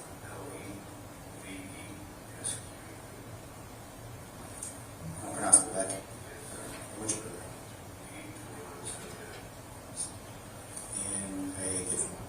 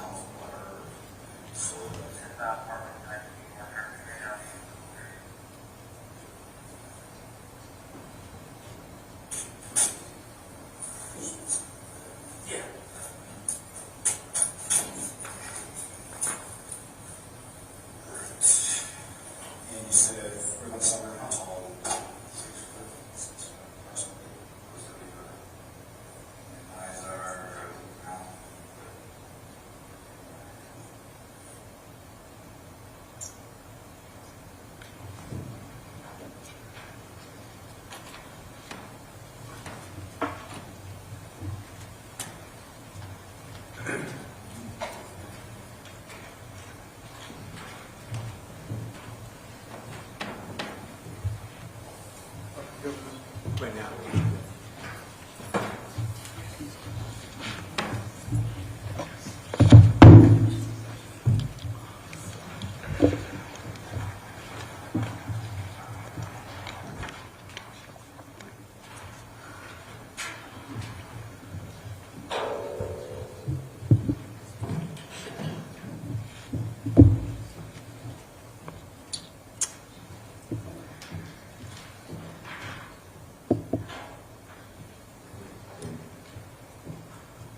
Okay, we started that video at 4143 Summer Street at around 10:17 p.m.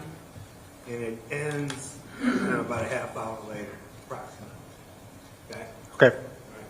And that's just the beginning of your contact with Jason on April 4th, 2024, right? Yes, sir. And that's what he looked at like at the very beginning of your contact. Yes, sir. And how many hours went by before you broke off with Jason? When I last had contact with him or stopped because we took a number of breaks throughout. Yeah, when was the end of the interrogation? The whole body cam footage, I believe, is about 3 hours and 40-something minutes. Okay, so it went on more than 3 hours from the time it cut off there. From my initial response time before the camera started rolling for today, all the way till the end of my contact with Jason, yes. Can we safely assume that he wasn't given like an hour to sleep or anything? It wasn't a full hour, no. In fact, basically you would leave the room at times and he would just lay down on the table. Correct. He had also indicated that he would like to speak with me, so that was part of the other discussion that was going on as well. Oh yeah. I mean, you guys went through an entire, give and take for quite a long time. I'm not sure what you mean by that, sir. Well, I mean, after we cut off on that video, you kind of basically started by building that rapport with him. We had a conversation and then we started going into some of the details after reading him his Miranda rights. Yeah, after you gave him his Miranda rights, right? Correct. Yeah. And before you gave him his Miranda rights, you kind of did your introductions with him. Yes. And you made clear to him that you just wanted to hear his side of the story. Something to that effect, yes. Yeah, to the effect of you knew that it went pretty quick that night, and you just wanted his side of the story. Correct. And then you went over the Miranda rights with him, and then he basically said, the floor is yours. Tell me what the heck happened. Right? Yes, I left it very open-ended to start, so that way he could tell me what had gone on that night. What he told you that went on that night was that he was plowing, and plowing in front of his home and the home of the, actually not even plowing in front of the home of the alleged victim. So he said that he had done a couple passes, so he hadn't really started going too extensive with the plowing, but yes. He never told you that he was plowing any snow onto the alleged victim's driveway or anything? He mentioned doing, I believe, if I'm correct, about 2 passes one way and then 1 pass the other. I'm not sure if he went into detail as far as where the snow ended up. If there's a certain line that you want me to reference, I can certainly look at that. Yeah, but I mean, you actually looked at independent videos and you came to your own conclusion. At one point later in the interview, I was able to watch some independent video, yes. Right. And he only plowed up to that utility pole. Correct. Right. And that utility pole is on his side, his property. I'm honestly not sure. You're not sure. Well, it certainly isn't in the driveway of Mr. Violette. The telephone pole won't be in a driveway, correct? All right, so he was not plowing snow into the driveway of Mr. Violette, right? I don't know that. Well, you do know that. You looked at the videos. You had an opportunity to speak with him. I mean, just photographs. I mean, the whole thing. Yes, I've watched the video. I can't, personally, I'd have to rewatch it, the video to see if the snow ended up going into the driveway or not. You recall no such thing happening. From the vantage point of the camera, I couldn't tell you if the snow ended up in the driveway. And the jury has access to the videos as well. I'll let you know. Okay. All right, but you wanted to know what the contact was with this guy and what happened that night. And he told you that he had just gotten home from picking up his daughter. Correct. And that he was a plow guy. He was plowing, and he had a black truck. And he was doing cleanups all day. Yes. And he says he's starting to move snow. And all of a sudden, something's going on. He's going outside and he's locking up his hubs, right? Yes. Can you tell the jury how he explained that to you, what that was all about? Yes. So he basically said he has to manually lock the hub, so he would have to get out of his vehicle to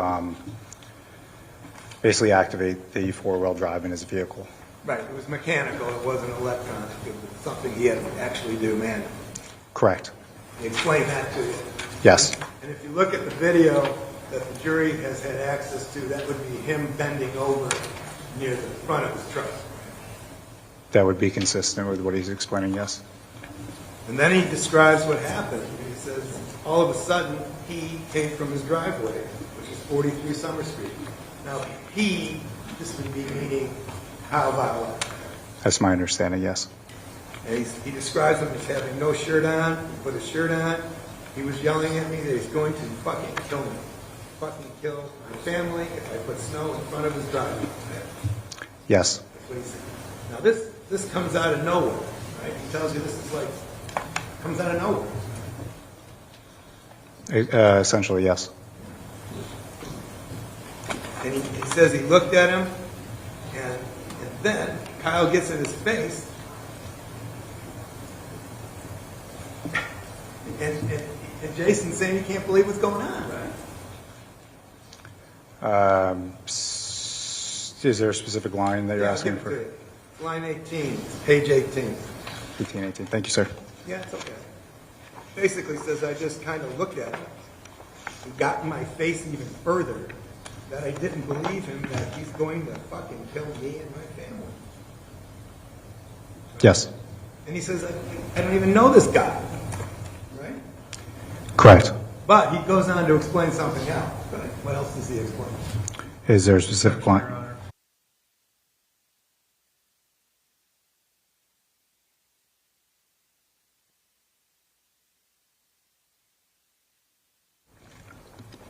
The objection is sustained. May I ask you next question? Thank you.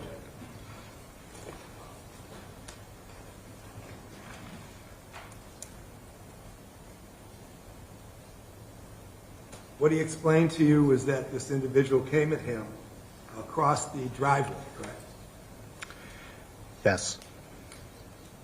And he came at him unannounced, and it was a mystery to Jason as to why he came at him. He did mention, having reread 18, about that he did move snow into the front part of his driveway of his neighbor to where his neighbor's grass was, and then he backed up. But as far as the reason why he was coming out at that time, I'm not sure as far as what Jason thought. But the impression and the clear communication he had with Jason was that he was surprised that such an activity took place. I believe so, yes. And when he came out, it was almost immediate that he was threatening Jason, he was threatening Jason's family, and in fact, Jason made it clear to you that his daughter was in the truck with him. Right? Yes, he indicated that his daughter was in the truck and that the other gentleman had come out and was making threats towards him. Now, during direct, the prosecutor said that, and you somehow stated that it was a conditional threat. Yes. Well, it was a threat. Yes. Okay. And it was clear that the individual that was the aggressor would have been Kyle Violette, right? He's the one that's coming out and making the conditional threat, yes. He's the one coming out and not only saying things out of his mouth, but literally sticking his nose into Jason's cheek, right? He got close. The video quality's not good enough to say that his nose touched his cheek. From what I saw, but he definitely got close to him, yes. Well, the jury's going to be able to run those videos over and over. Yes. In the deliberation room, and they were shown to the jury. And at one point, we counted the number of contacts that Kyle would have had with Jason. So the video that I saw was the one that was taken from, I believe it was possibly the neighbor's apartment, coming from that angle across the driveway. That was the video that I watched. So you weren't able to ascertain what was going on? I could see that he gets up there, but as far as cheek touching, you can't tell from that video, no. You could tell that Jason didn't make one step toward Violette, correct? At which point in time? At the initial point. At the initial point, it looked like he had just stood there, yes. Yeah, he just stood there, and he stood there, and if Jason kind of described it as though he was like paralyzed or just standing still, that would be what you saw too. That's what he said in his statement, yes. Yeah, and that's what was on the video. Yes. And also what he said in the statement was that he didn't make a move toward Violette, but Violette made the move toward him. For the initial interaction, yes. Yeah. For the initial confrontation. Yes. So it's clear, I just want to make this clear, because we're going to be moving down the road here a bit, that the initial aggressor would have been Violette, right? The individual that came out of his house and started making a threat was Kyle Violette, yes. Now, you'll agree with me, things can go fast in these situations. Right? I mean, it can go like a blur. It can go fast, yes. And we're not talking about a situation where somebody had a lot of time to roll over in their mind what to do and how to do it, right? These are quick decisions, yes. And we also know the background of Jason Levesque that day was one of an individual that was up over 40 hours, right? I'm not sure what time exactly he got up, but he said that he had been plowing for over 24 hours. I told you that he had gotten up, I think, at 8 o'clock the preceding day. Do you have the page and I can reference? It's offhand. He got up, he didn't have any sleep the preceding day from the time he got up. Okay. And we saw the video just moments ago of him needing to lay down. Yes, he asked to lay down. And he also told you that he was tired because of the plowing and the time that he was up so long. Yes. And, he was offered food. Did he ever eat anything? Yes, he ended up eating some chocolate. A little bit of chocolate? Yes. He went like 2 Hershey's Kisses or something? I don't remember exactly what he ate, sir. And that would have been later on during the interrogation? I'm not sure if he ate them during the interview or the interrogation part of it. Okay. Now, he also attributed to Violette the fact that Violette had threatened him on more than one occasion that night, right? In the initial, I believe he said that he had threatened him once, but then he may have repeated the same threat, possibly more than once throughout the night, yes. Or other things, because he was saying he was screaming at him or yelling at him. Is there a specific line that you're referencing? He didn't have any specific recollection that evening, right? I'm sorry, I don't understand the Let me question. ask you something. Did you ever ask him, as you were moving through the interview, other than the initial threat, were there other threats that he made? During the initial response, it was more open-ended. I let him just talk, and then there were some follow-up questions. As far as if there was a distinct question, I'm not sure. But he was very concerned about another individual that was with him that evening, correct? He was concerned about his daughter, yes. Yeah, he was concerned about his 19-year-old daughter that was seated in the passenger seat, right? Yes. And in fact, he was concerned that Violette had threatened her as well, right? The initial threat had threatened both him and his family, so that would include his daughter, yes. Right. Now, he stated that, in fact, that his daughter was, in essence, petrified, right? Scared. Is there a specific line that you're I referencing? think it's 41.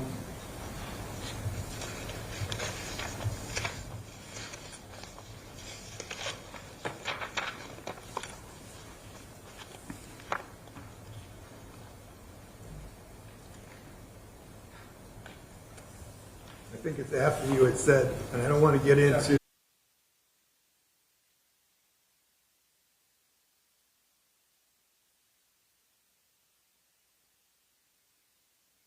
Let me rephrase the question, please. Sure. Did he communicate to you that his daughter was afraid that night? Yes. Did he communicate to you that his daughter had gotten out of the truck briefly and then got right back in the truck during this altercation?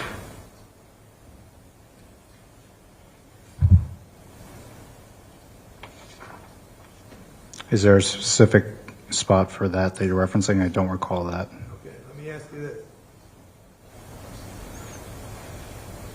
When Violette is coming toward Jason, all right, walking towards him, and starts getting nose to nose, is she still in the cab?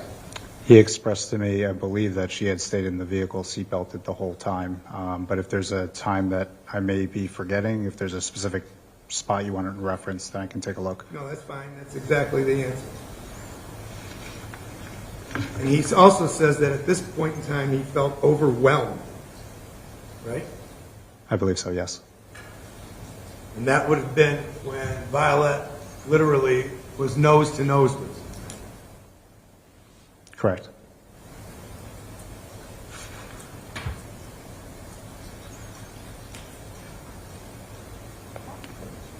Now, did Jason claim to you that he had a perfect memory of what went on? I don't believe he ever said that, no. And let me ask you another general question. Did you ever think that maybe after you got a good night's sleep, you might want to actually sit down and have another interview with him? That would be a conversation down the road, yes. Did you ever attempt to reconnect with Jason, let's say the next day? So I'm not sure. I'm trying to remember if that was the next day arraignment. Typically after they're arraigned, they would need attorney involved due to constitutional protections. But I didn't speak to him again after that, no. No, I mean, did you reach out to anybody and say, let's get back together now that Jason's, recovered, gotten some sleep, and we'll go over his statement so he can review it and see if it's accurate. Did you ever do anything like that? So I never spoke to him again after that initial interview. Now, how many different angles of that video did you observe? To my knowledge, I just remember watching the video from, at least in its entirety, the video from the neighbors. Other detectives might have had the cameras open at some point watching them, but that's the main one that I saw that night. Okay, so that's the only angle and the only distance that you were able to ascertain in contact, right? That's the only video I remember watching that night before I interviewed him or interrogated him on that part.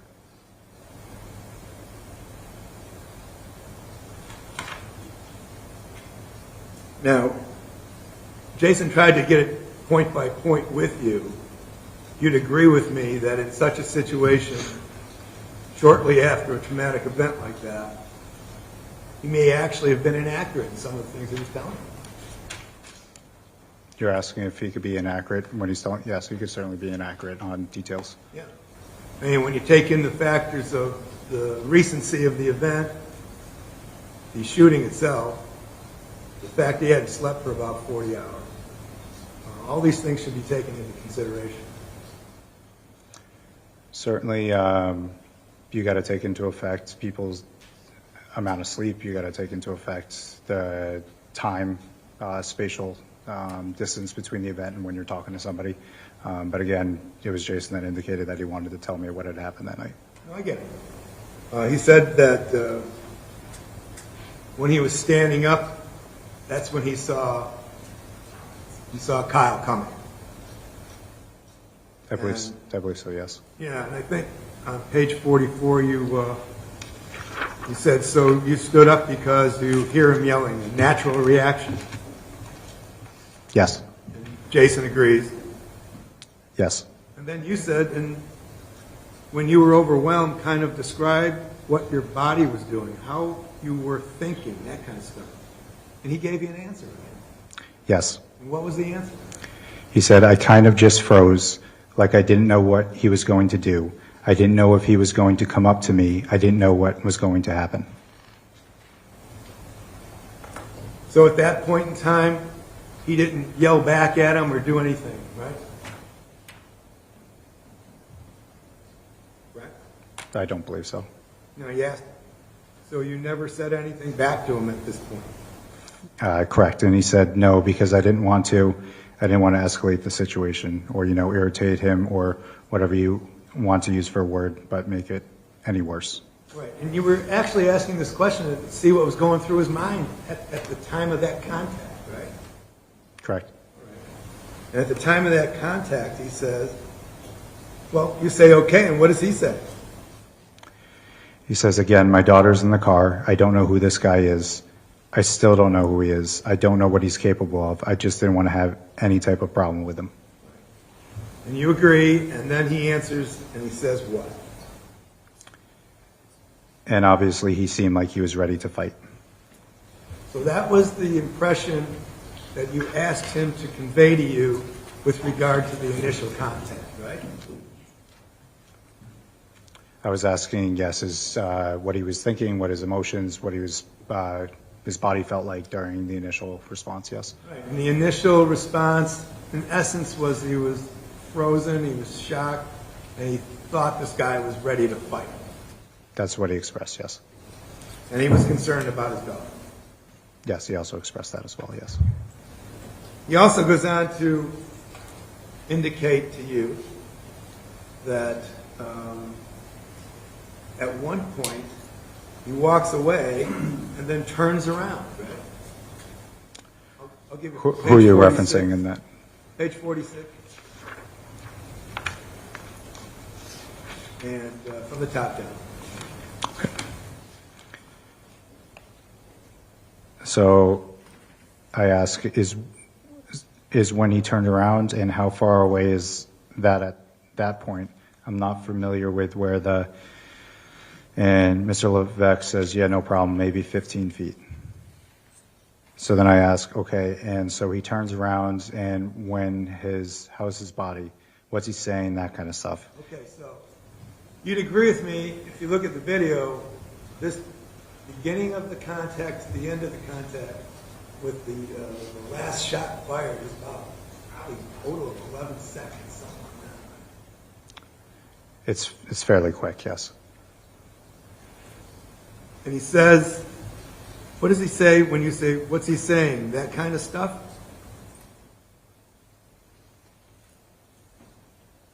What's his answer? Sorry.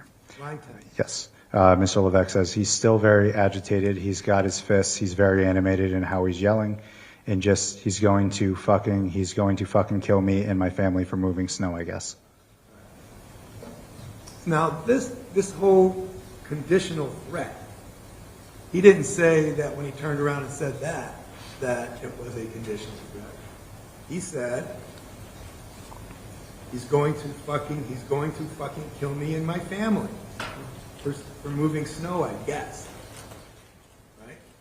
So Kyle didn't say for moving snow, I guess, right? He's explaining what happened. I don't know if he's actually saying verbatim like he did previously as far as what the threat was. I think he's paraphrasing more, but certainly he does say, and I can read it again, he's still very agitated. He's got his fists. He's very animated in how he's yelling, and just he's going to fucking kill me and my family for moving snow, I guess. Now, the prosecutor asked you whether you heard anything on the video, any yelling or anything like that, right? I believe so, yes. I mean, did you guys do any kind of a scientific, test out there to determine whether or not you could even hear any yelling from that spot? So, no. Again, my involvement for this was the arrest and assisting with some of the follow-up. That was my involvement with this case. Okay. Do you know if any kind of a decibel reading was taken at or around 41 Summer Street at the location where yelling was claimed to have taken place? Not from the house, not from individuals running outside, but from that very spot. Sure, I'm not sure if someone's yelling, I don't see how that's relevant because people's voices could be higher distances. Depending on where they are, I don't see the relevance of it, but well, I don't know. I mean, it was asked on direct. Well, I didn't ask anything about decibel readings, Your Honor. Did you hear yelling? Remember that on direct? So you have to do your best to answer the question. So what is relevant, not relevant? Sure, I don't remember it. I believe he asked about yelling, but I'm not positive, but I don't recall anything about decibels. I didn't say, okay, let's forget the decibels. Yeah, we have a question. Let's take the decibels and throw that out, okay? you recall being asked about, did you hear any yelling? Right? Is there a specific page? No, it's not a specific. Okay. Yeah, no, I don't recall.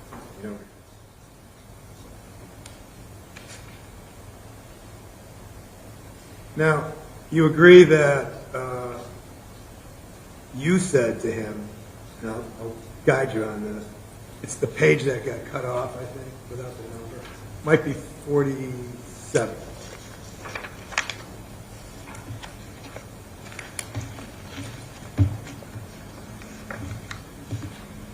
Basically, Jason was focused on Kyle, right?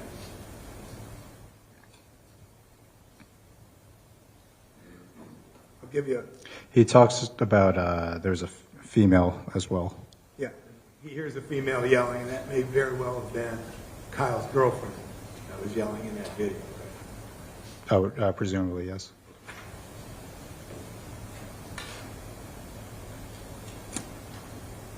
Now, let me ask you something, okay? I'm going to go through this checklist with you because I want to make sure that we don't paint Jason in some corner where he's trying to avoid answering questions. Okay? He's the guy that waited in his driveway for the police to show up, right? After asked, from what I've heard, after asking if his daughter if he should run, yes, he waited in the driveway. He asked whether she, I mean, you don't know. There were many other things, we'll get to that, that may of course been discussed in the cab of that truck, but he didn't run, right? No, he didn't run. Okay. Not only did he not run, he preserved the firearm and made it safe so that when police showed up, all right, it would be there for them in plain view in the cab of his truck, right? Yes. This is what he told me.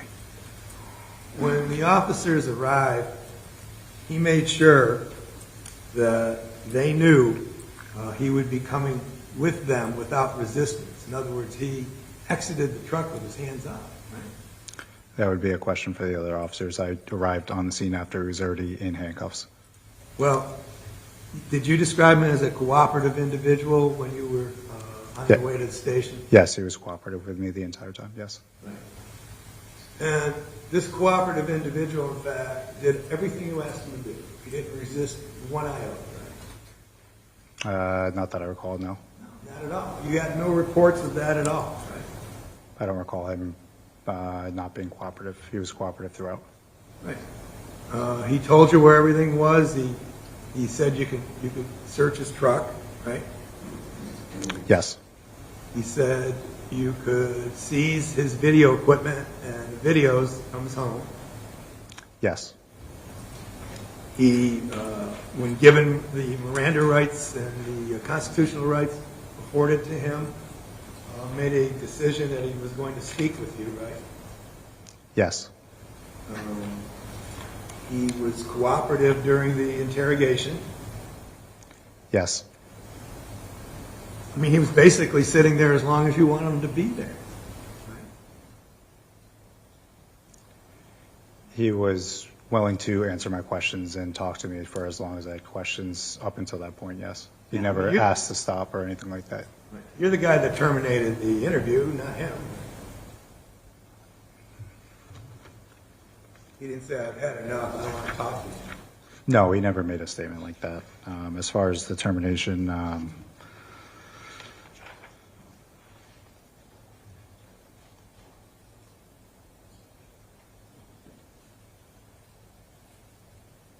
it was more, he was going downstairs to get fingerprinted and processed, I believe is how the interview kind of concluded.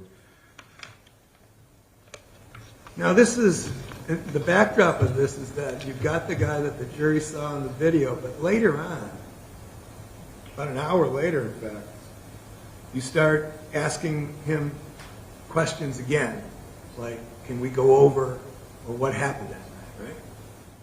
Yes, I would ask the same question a number of times in a number of different ways, yes. And you wanted to swab his hands? Yes. Can you tell the jury what that's all about? Yeah, so typically we'll do GSR kits. It's a gunshot residue kit. Basically, it just shows if you're in the presence of a firearm discharge or the equivalent. One of the questions on there is if you handled fireworks, because there might be some similar kind of chemicals or materials that you might handle that are similar in both. Now, about an hour in, as you're going through this swabbing process, and this is after what the jury already saw, he tells you guys that he's not feeling so good, right? Do you have a page reference? 79, 25.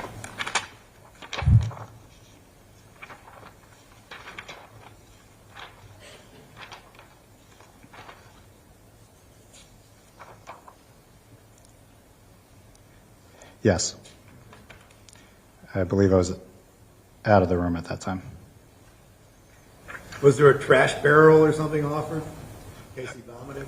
Again, I can look at the transcript and say that, but I was out of the room when that conversation occurred. That was with Detective Flathers.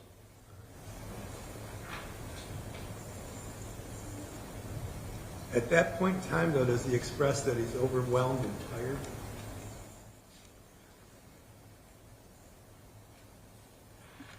So he says, I don't feel so good, just a second. And Flathers asks, do you want a trash barrel or something? And Levesque says, no, I want to lay down too. And then I come back. And then he goes on when I get back in the room saying, just give me a second, I think I'm just overtired and overwhelmed. Yeah, that's when Flathers says, do you think you want an ambulance? Yes. And he responds, I'm overtired and I'm overwhelmed. Right? Yes. This is about an hour or so after what the jury just saw in that day. So I returned with the swab kit into the room at 11:42 Yep. p.m. About an hour. And he says there's a lot going on. Right? Yes. And he says, I'm trying to stay calm and focused, but sometimes I just get, I don't know. And I guess your partner says, like a little rush. And Levesque says, yeah. Hot, cold, I don't know. And I apologize if I stink. I feel like I just smell awful. Right? Yes. And that's because he had been working all day, hadn't had the opportunity to clean up. Correct. And then you go through the hand swab, correct? Yes. How long of a process is that? It's relatively quick. They have basically almost like the kid stamps where you're just stamping around different portions of the hands and then filling out a page that kind of asks them a few questions as well. But it's not a long process. And he was cooperative through that, right? Yes.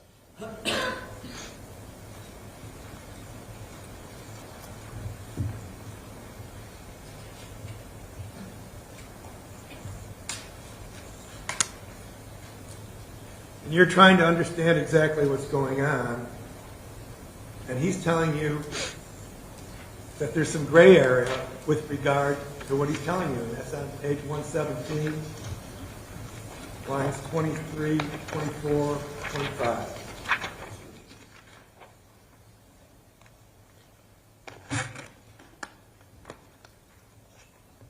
Right? One moment.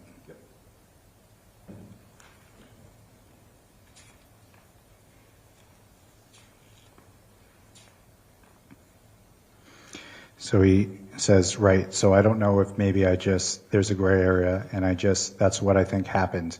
And I just don't remember, I don't know. But he's willing to stick around and continue to answer questions. And this is when you're actually asking him to rethink some of the things he's already said to you, right? I'm asking, yes, if he basically has a tactic to ask him if, maybe the first story of events, you were just still in shock, so you weren't trying to mislead or lie to us or anything like that.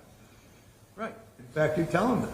He's saying, I'm being completely honest with you, and you say, maybe the first story of events, like maybe you were just still in shock. And he goes, yes, or right, correct? Yes, as part of an interrogation tactic, you can offer someone an opportunity to save face. If you tell somebody you're lying, sometimes that shuts somebody down and they won't talk to you anymore. So you give them an opportunity, a way out to still be able to communicate, still be able to talk to you without basically giving them no alternative. Yeah, I mean, that's lovely, but that alternative wasn't offered to him when he had gotten a good night's sleep, right?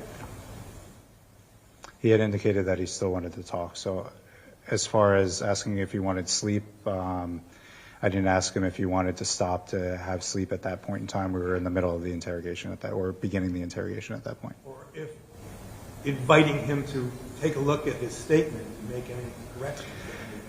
Yeah, so he did ask me if he could review his prior statement, and there's a reason why, again, we do these spatial gaps. It's harder to remember all the lies that you're telling if there's a little bit of gap in between. Also, again, asking questions different ways. There's, some benefits of having that space. Is it a good tactic to interview and interrogate people that are sleep deprived? Again, Mr. Levesque indicated that he was willing to do the interview. He was in no obligation to do so. I read him his Miranda rights. It was his decision to speak with me. Yeah, I'm glad that's the answer you're giving me, but is it a good tactic to interview people that are sleep deprived? Is that part of the tactics that you guys have? As far as that, we don't typically go out seeking people that are sleep deprived. It's just the circumstances of events. He had been out plowing that whole night. We don't choose that, that he was out that whole day. That was the hand that was given to us, so that's what we had to work with. But that's a hand that you can reshuffle, right? That's a hand where you can say, hey, we'll come back at 8 o'clock in the morning and talk. We'll come back at 10 o'clock in the morning and talk. Again, no one was forcing Mr. Levesque to talk to us. Nobody's forcing him. But would you take a neutral witness and say, hey, I know you haven't slept 40 hours, but I want you to give me a statement? Or would you say, would you like to have some sleep? And then give me an accurate statement. Again, if he's willing to talk to us that night, we're trying to figure out what had happened that night. We're going to talk to him. If at any point in time he indicated to me that he would rather speak to me the next day, so that would be something that we could revisit. Well, you saw the guy nodding off right in front of you, didn't you? So even during the daytime, during arrests, we do have people nodding off. We have people, in booking that could be lying down. It's not uncommon for people to lie down on benches just during day shift, during the middle of the day. So that's not super uncommon. Super uncommon. But the jury got to see what he looked like. He's bedraggled, isn't he? They certainly got to see what he looked like. What was the question? Sorry, I missed the last part. Yeah. I know that you may say it's not super uncommon, but are you saying that it's a good tactic to interview witnesses to get an accurate story when they have not had slept for 40 hours? Is that a good environment to get an accurate statement? Honest. It's still fresh in his memory. I think there's still some benefit of talking to him then. Certainly, again, revisiting once you get a full night's sleep, you might be able to get some additional information. Right. But again, at that point, he would have been arraigned.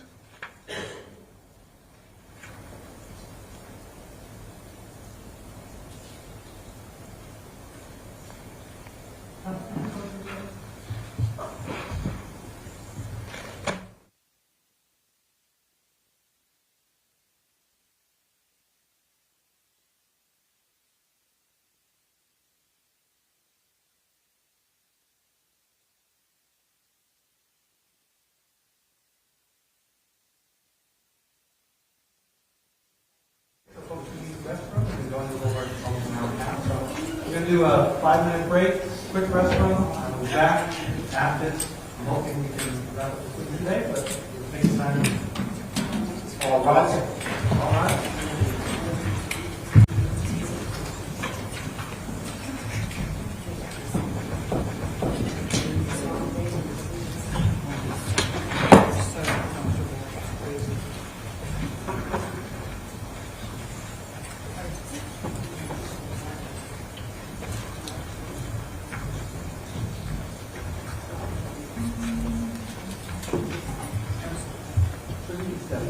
Yes, sir. Yes, Your Honor. We'll be in the gallery. Seated. Thank you. I just want to put on the record real quick before we start. I looked at the cases while we were about this issue involving completeness. And I just want the record to be clear. I'm relying on a couple of cases. State versus Botello, which is a 2013 case, 165 New Hampshire 751, and State v. Mitchell, 166 New Hampshire 288, that's a 2014 case. Both cases involve situations where the state attempted to put in portions of an interview of the defendant, the defense is trying to see other portions of that interview and document completeness, and the court declined that, or rejected that argument, arguing it was hearsay, and arguing that there wasn't sufficient prejudice or there wasn't sufficient misleading that you had to include those. And I think those are helpful or telling cases to review, especially Botello. I just wanted that part of the record clear. Now, Counsel, you have things you wanted to discuss? Yeah.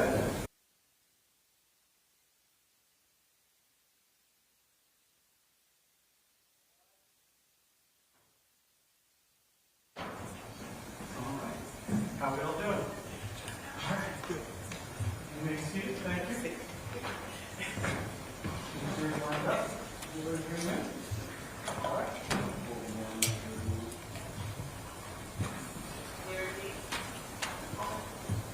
I have.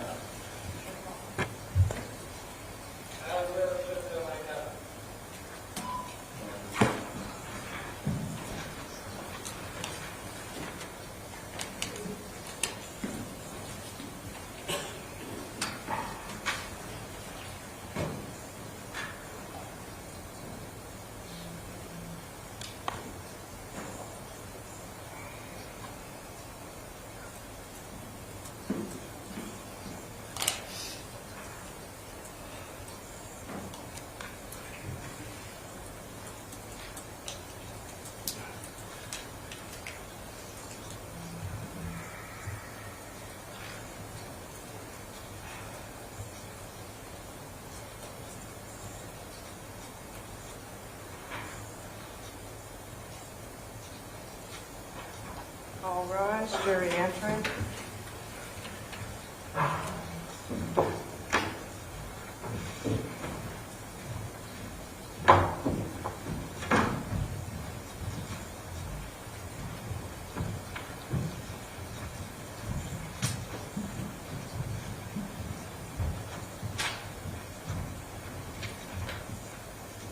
Please be seated.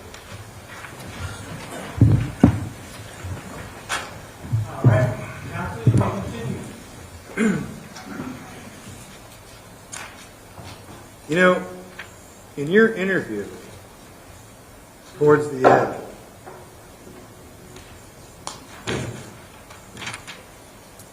and I've been asking you, like, why didn't you reconnect with him when he slept?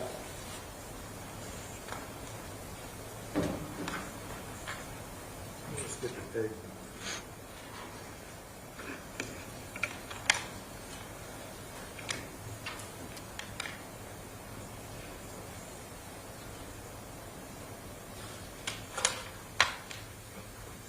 He indicated on page 152, we're already up to 1:47:40 a.m. So he's been in there quite a while, right? Yes, again, the whole interview was about, well, my whole response was about 3 hours and 48 minutes, give or take. Did you ever indicate to him that this was not the end-all and be-all, and that you can always touch base again? Hey, page 150, line 21.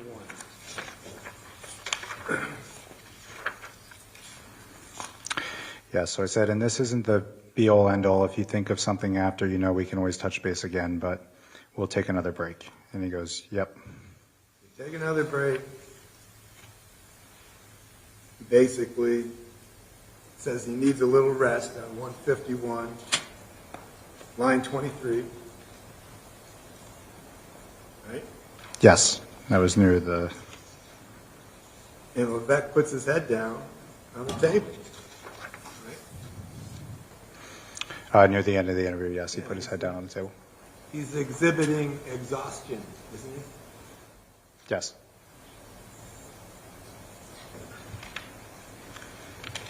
He's not saying he wouldn't talk to you again. In fact, he kind of dangled it out there. Yes, I indicated that he could reapproach us and talk to us. Again, if he's tired, this might be the only opportunity that we have to speak with him. Once this hits the news, once he's arraigned, once he has an attorney, there's a very low likelihood that we're ever going to get another chance to speak with him. So, yes, I did speak with him. I know he did. And again, he made no invitations afterwards. Again, it was said right there, the line you had me read, that this wasn't the be-all, end-all. If he would like to speak with us again, certainly we can reapproach. Or if you would like to speak with him. If there's other questions, yes, that we had. And again, you didn't ever send out that invitation, did you? I did not know.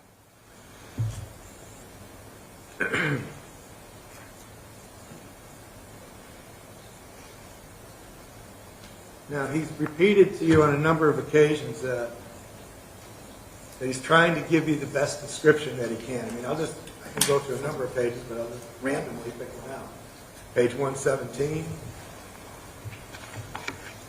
starting at line 11.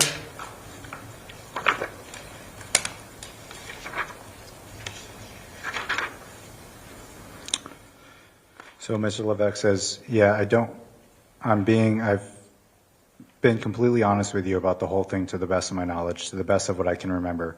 That being said, I don't remember correctly, or I'm not giving the right account of it, but it's hard to try and give the best description of it if, you know what I mean? Like, to break it down slowly like we did. Right. And you said, yeah, like I said, he says, I'm being completely honest with you. This is on 118. You say maybe the first story of events, like maybe you just still in shock, right? Yes, again, it's offering that safe face opportunity, that maybe he wasn't telling the truth the first time, but here's your opportunity to tell us what had happened. Well, maybe the truth is a little hard, don't you think, Detective? Maybe he wasn't being completely accurate because he was exhausted too, right? Tiredness could certainly have an impact, yes. And in fact, you told him, so you weren't trying to mislead us or lie to us or anything like that. And Levesque shakes his head now. In fact, you continue with him and you say, I don't think, again, I think you're intentionally lying to us or anything like that. I think it was just, an honest mistake, that first version of events, and Levesque goes right. And he sticks with you and he says, let's go through it again, basically, right? I mean, he's telling you, take my video. He brings it up to you. Right? On 118. So on 118, he goes, if I wouldn't go, hey, I have some video of, and again, the whole situation, like. Yeah. He's trying, right? Trying to what, sorry? Be honest and complete Objection, with Your you. Honor. It's wholly speculative. He's telling you that, and you're telling him that on page 119. What his claims are concerning his honesty versus others being.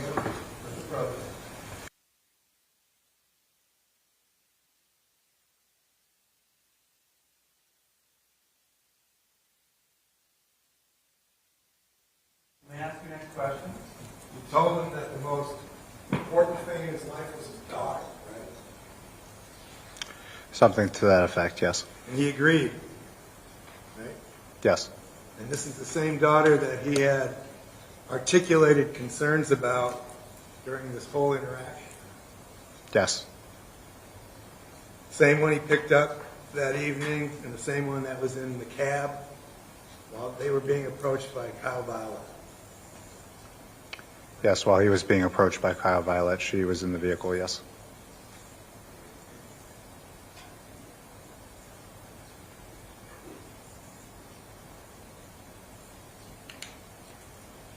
Was there other procedures that took place that he was cooperative with that night? I'll go through a couple. Okay. Fingerprinting? Again, I didn't do the fingerprinting, so I'm assuming he was cooperative, but that's only an assumption. I can't tell you that for certain. Right. But there were no reports that he had any problems with any other police officers that he... I never heard of him having an issue with fingerprinting. I could have 1 second. Yes.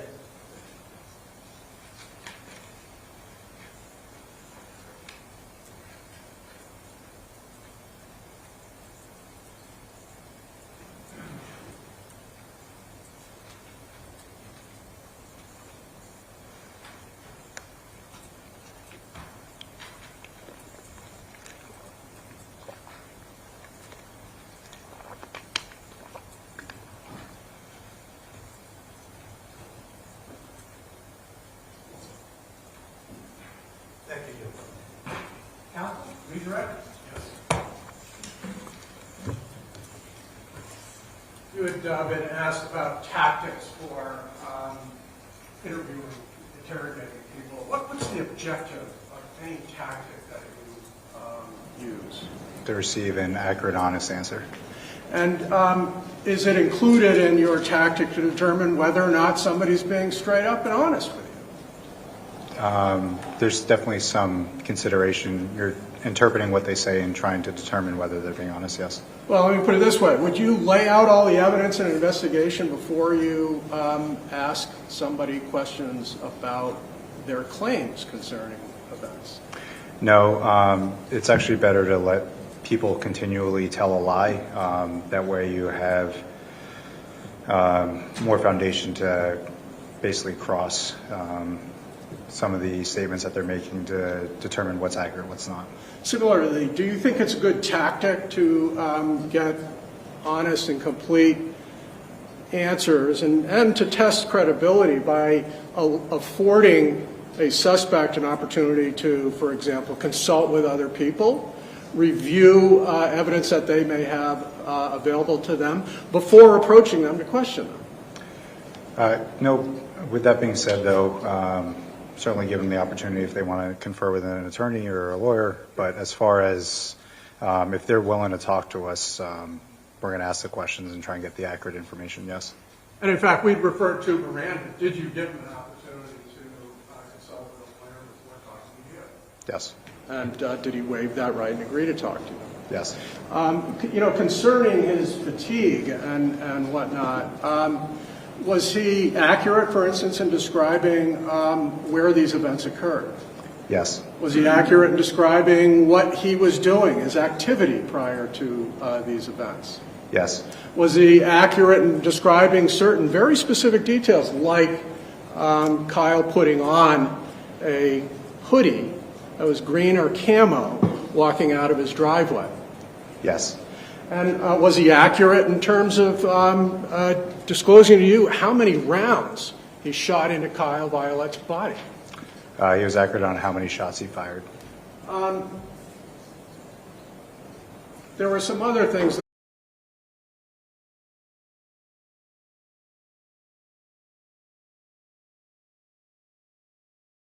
151 in the transcript where Attorney Sisti was asking you questions where you're sharing. I don't think you were trying to lie to us. Is that after you had disclosed that you actually had seen and obtained a video of this scene? I believe that was after we referenced the video. I'd have to see what page I talked to the... 1 second.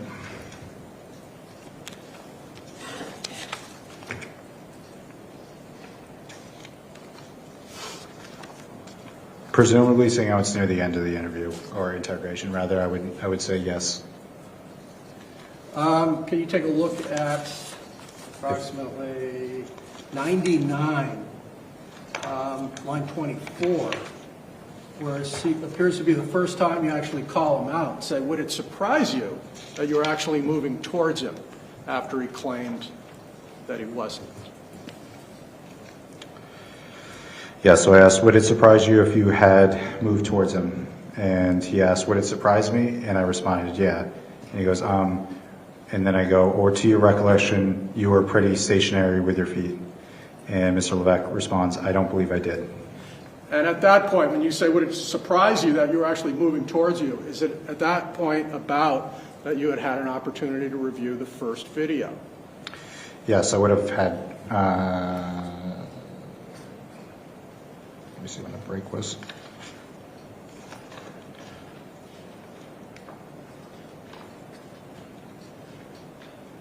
Do you know what page that I stepped out of the room? I do.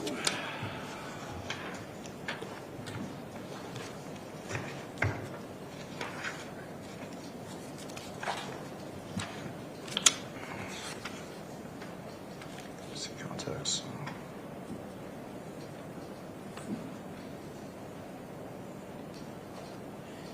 You know, I'm sorry, with our current technical shutdown, I was unable to print out that section. But when you refer to would it surprise you, how would you know whether he was walking forward or not? Yeah, so I mean that's an indicator that I likely had watched the video at that point if I'm referencing that in that kind of language. Attorney Sisti pointed out something at about page 90, whatever, that the defendant brought up cameras. But can you turn to page 66? Yes. From 30 pages earlier.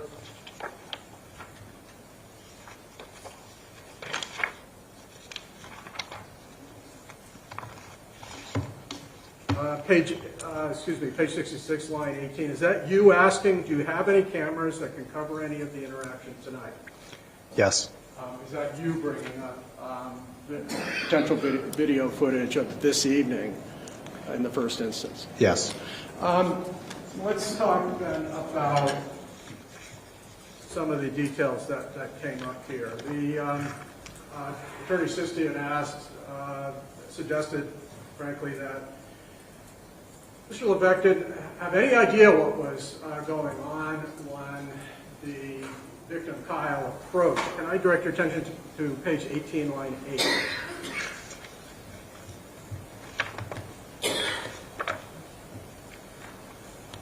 Okay. I think at one point you had started to share this information that Jason Levesque had acknowledged. Can you read what it is he said he had done just prior to Kyle coming out?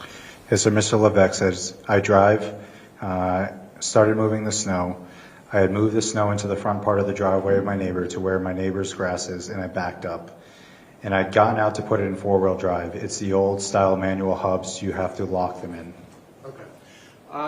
So he characterized where he had just put snow and that he was continuing this job of moving snow from his driveway by back pulling it into the street. Correct. We don't have any, again, I don't want to nickel and dime this, but we don't have any idea where he was going to put all the snow that came out from his driveway. No.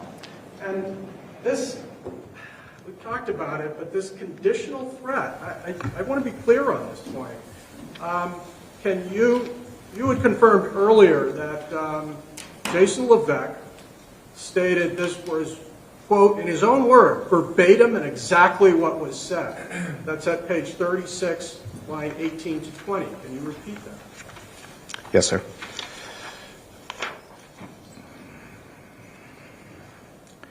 So Mr. Levesque says, yeah, he said, if you put that fucking snow at the end of my fucking driveway, I'm going to fucking kill you and kill your fucking family.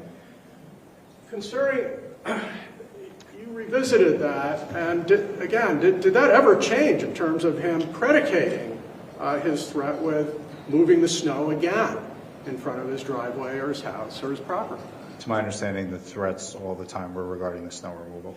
And at any point, did I get, you know, these words, and your family.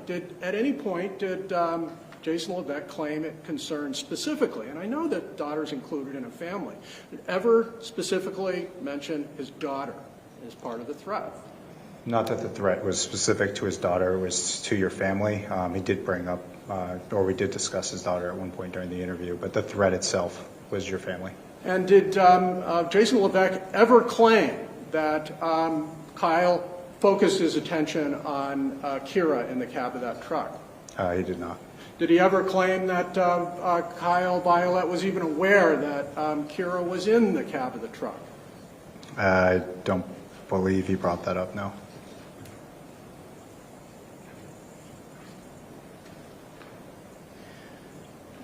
This description of him being nose to nose and making this threat kind of in his face, and he was overwhelmed.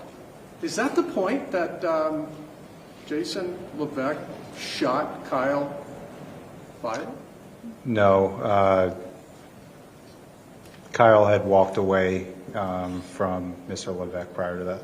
And after he walked away, page 43, line 16, can you share with us how Mr. Levesque characterized the continuing, conversation? Mr. Levesque says, I don't know if he repeated it again before he started walking off. And then for some reason, he stopped and turned around and said, you don't fucking believe me? And he came back at me again.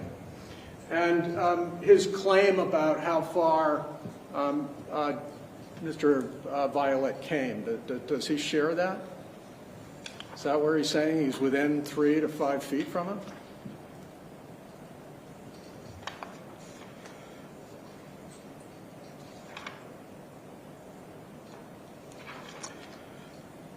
Possibly at one part of the interview, not Okay. close temporarily to that statement. The questions have been about, accuracy. We had already talked on our first direct that he had claimed he shot him, didn't know whether he hit him the first time because he only flinched. That's what he said, yes. Okay. Did he appear, sort of overwhelmed by fatigue when he was making that statement to you? Or did you ask for details surrounding that event?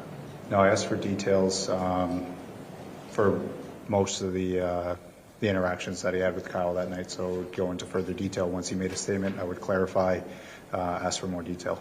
And likewise, when he made claims that he put 5 more rounds into Mr. Violette, and Mr. Violette merely turned and walked away, were you able to ask details that he was responsive, questions about details that he was responsive to? Yes, and he told me in a gist that he had continued to walk away holding his abdomen. Locked. Concerning, some of these questions, follow-up questions about details, did that include asking him to do a sketch? Yes. Your Honor may approach.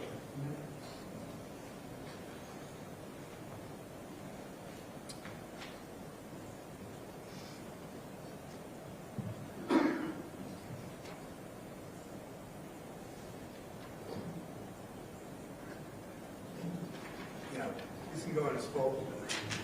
Move the strike.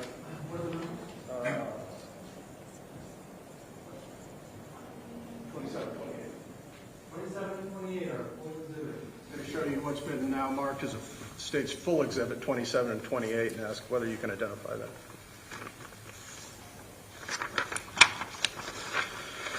So these look like copies of the drawings that I asked Mr. Levesque to draw when the first shot went off, and then the second round of shots that went off. And so you've labeled these first and second. Is that what you mean by first round of shot and second round of shots? They're labeled first and second. That might be his handwriting. I might have asked him to label it. That's what I mean. Yes. And so can you just, for the record, state to the jury where Mr. Levesque claimed he was standing, to describe it by other aspects of the drawing, during the second round, and where he claimed Kyle was standing? Yeah, so based on the drawing, it looks like Mr. Levesque is towards the driver's side front, well, it's the side, but it's near the front tire on the driver's side. And then Mr. Violette is closer to 41, like halfway in the drawing there. Understood. And, you know, the defense attorney, Mr. Attorney Sisti, had asked you about this area where, Jason, after you said, hey, look, I've seen some video, maybe you're mistaken. Maybe there's some gray area here. Is it your recollection that any of those mistakes, that Kyle remained standing, that he didn't react to being shot the first time, any of those mistakes sort of favor a claim of self-defense? I'm going to object. I'll withdraw.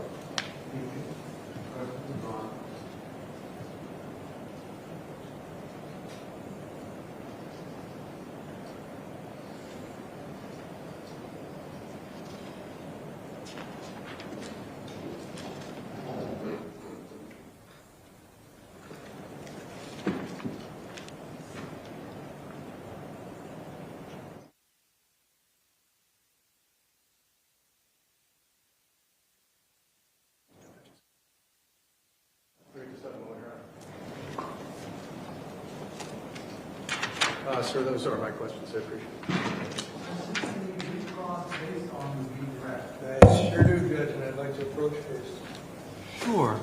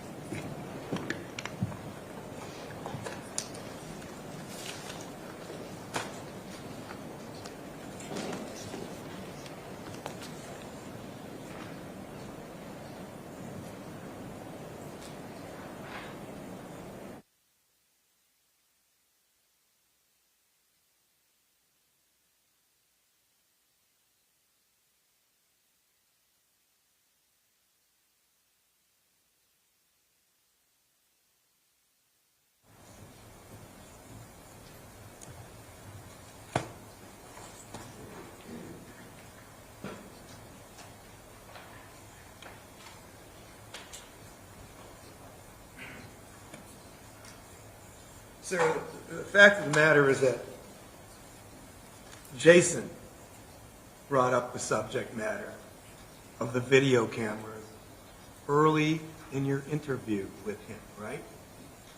I'll refer you to page 25. Thank you.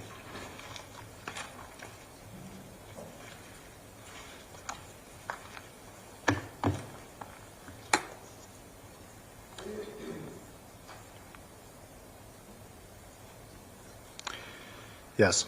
Right, and that's why you knew to ask him about cameras, see page 66, right?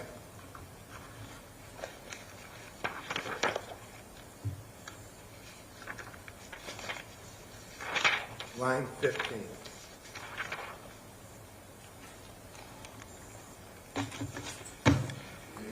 Yes, I asked him about the outside cameras. Yes, you asked him. You mentioned from the prior event from 2 months ago, there were cameras out, right?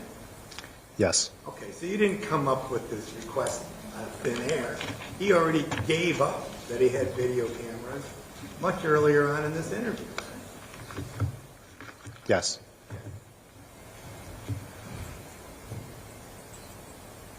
Now, would you agree with me that Jason was accurate when he claimed that Violette initiated the contact on April 4th? He's the one that walked across the driveway yelling out to Jason, yes. Okay, so that's a yes.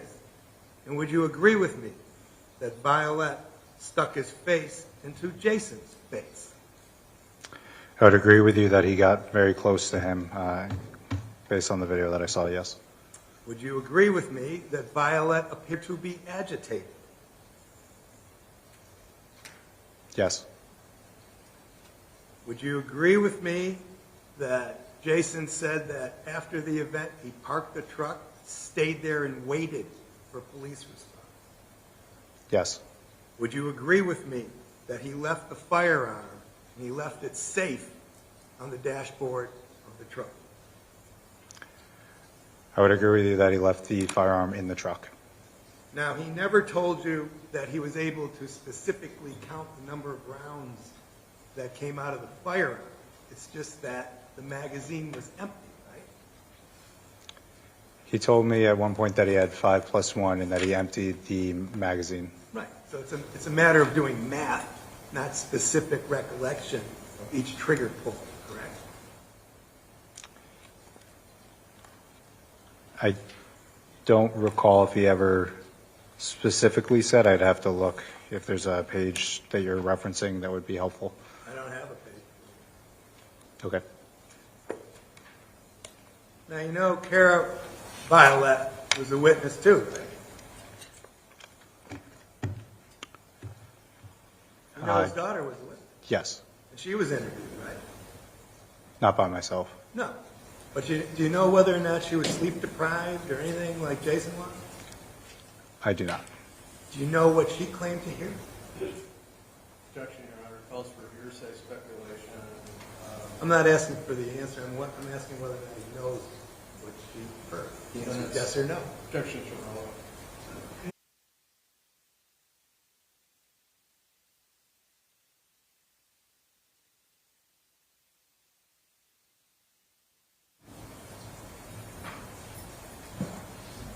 You do understand that Kira is a witness as well, correct? Yes. And again, you never approached her and interviewed her? Judge, same objection. I'm just asking whether he did that. Thank you. And I looked at your entire transcript. Did you ask Jason if there were any other threats that night? Any other threat? Other than the ones that he had related? I don't recall. Did you ask him, instead of speculating about the snow, did you ask him where he was going to plow the snow? He had brought up, as far as the initial where he moved snow, as far as he said he was going to back drag the driveway.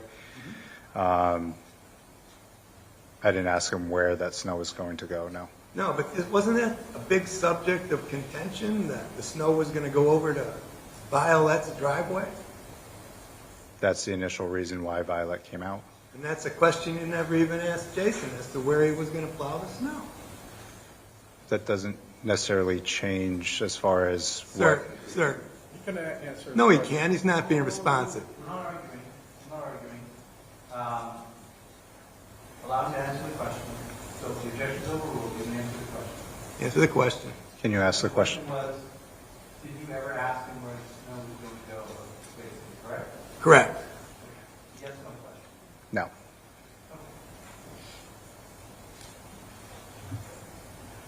Thank you. Anything further? Just very briefly.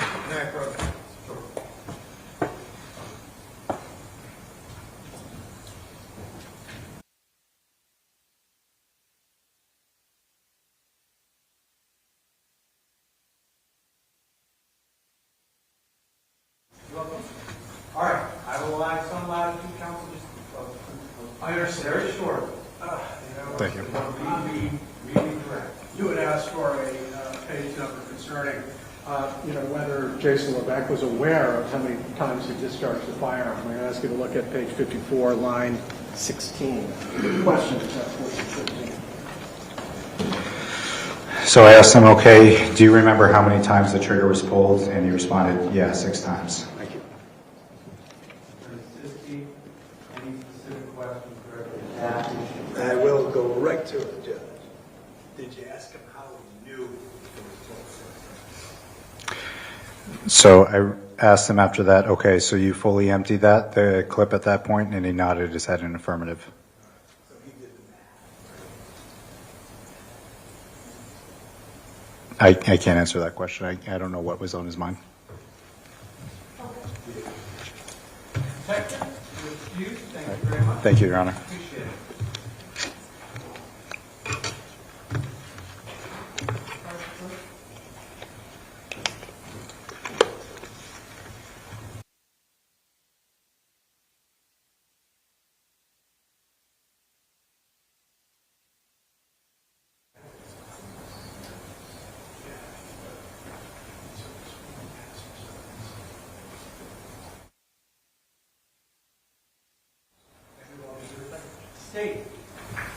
have any further witnesses to call? Your Honor, based on this evidence, the state press. Okay. So ladies and gentlemen, if you recall back in my initial instructions when I explained to you how a trial was going to go, I explained to you that the state puts on their case first, and when the state is done presenting their evidence, they then rest. So the state has now rested. As I explained to you previously, the defense does not have to put on a case if they do not want to. It's the defense's decision as to whether they will present any evidence at all, because the burden rests on the state to prove the defendant guilty beyond a reasonable doubt, and the defendant doesn't have to prove anything. Given that it's 4:05 at this point, I think we're going to end for the evening. So we'll leave you in a bit of suspense, and then we'll see in the morning when we come back. That's when the defense will decide whether they are presenting a case or not. Again, as I explained, it's completely up to them. It's their choice. And then the case will proceed forward after that, as we explained. So, have a good evening. All of my prior instructions remain in place. As I've said, I think multiple times, I'm going to say them again. Do not talk amongst yourselves or with anyone else about this case. Do not do any independent research about this case. Do not view any media coverage about this case. With that, have a good night. Thank you for your attention. You're excused. All rise, jury exiting.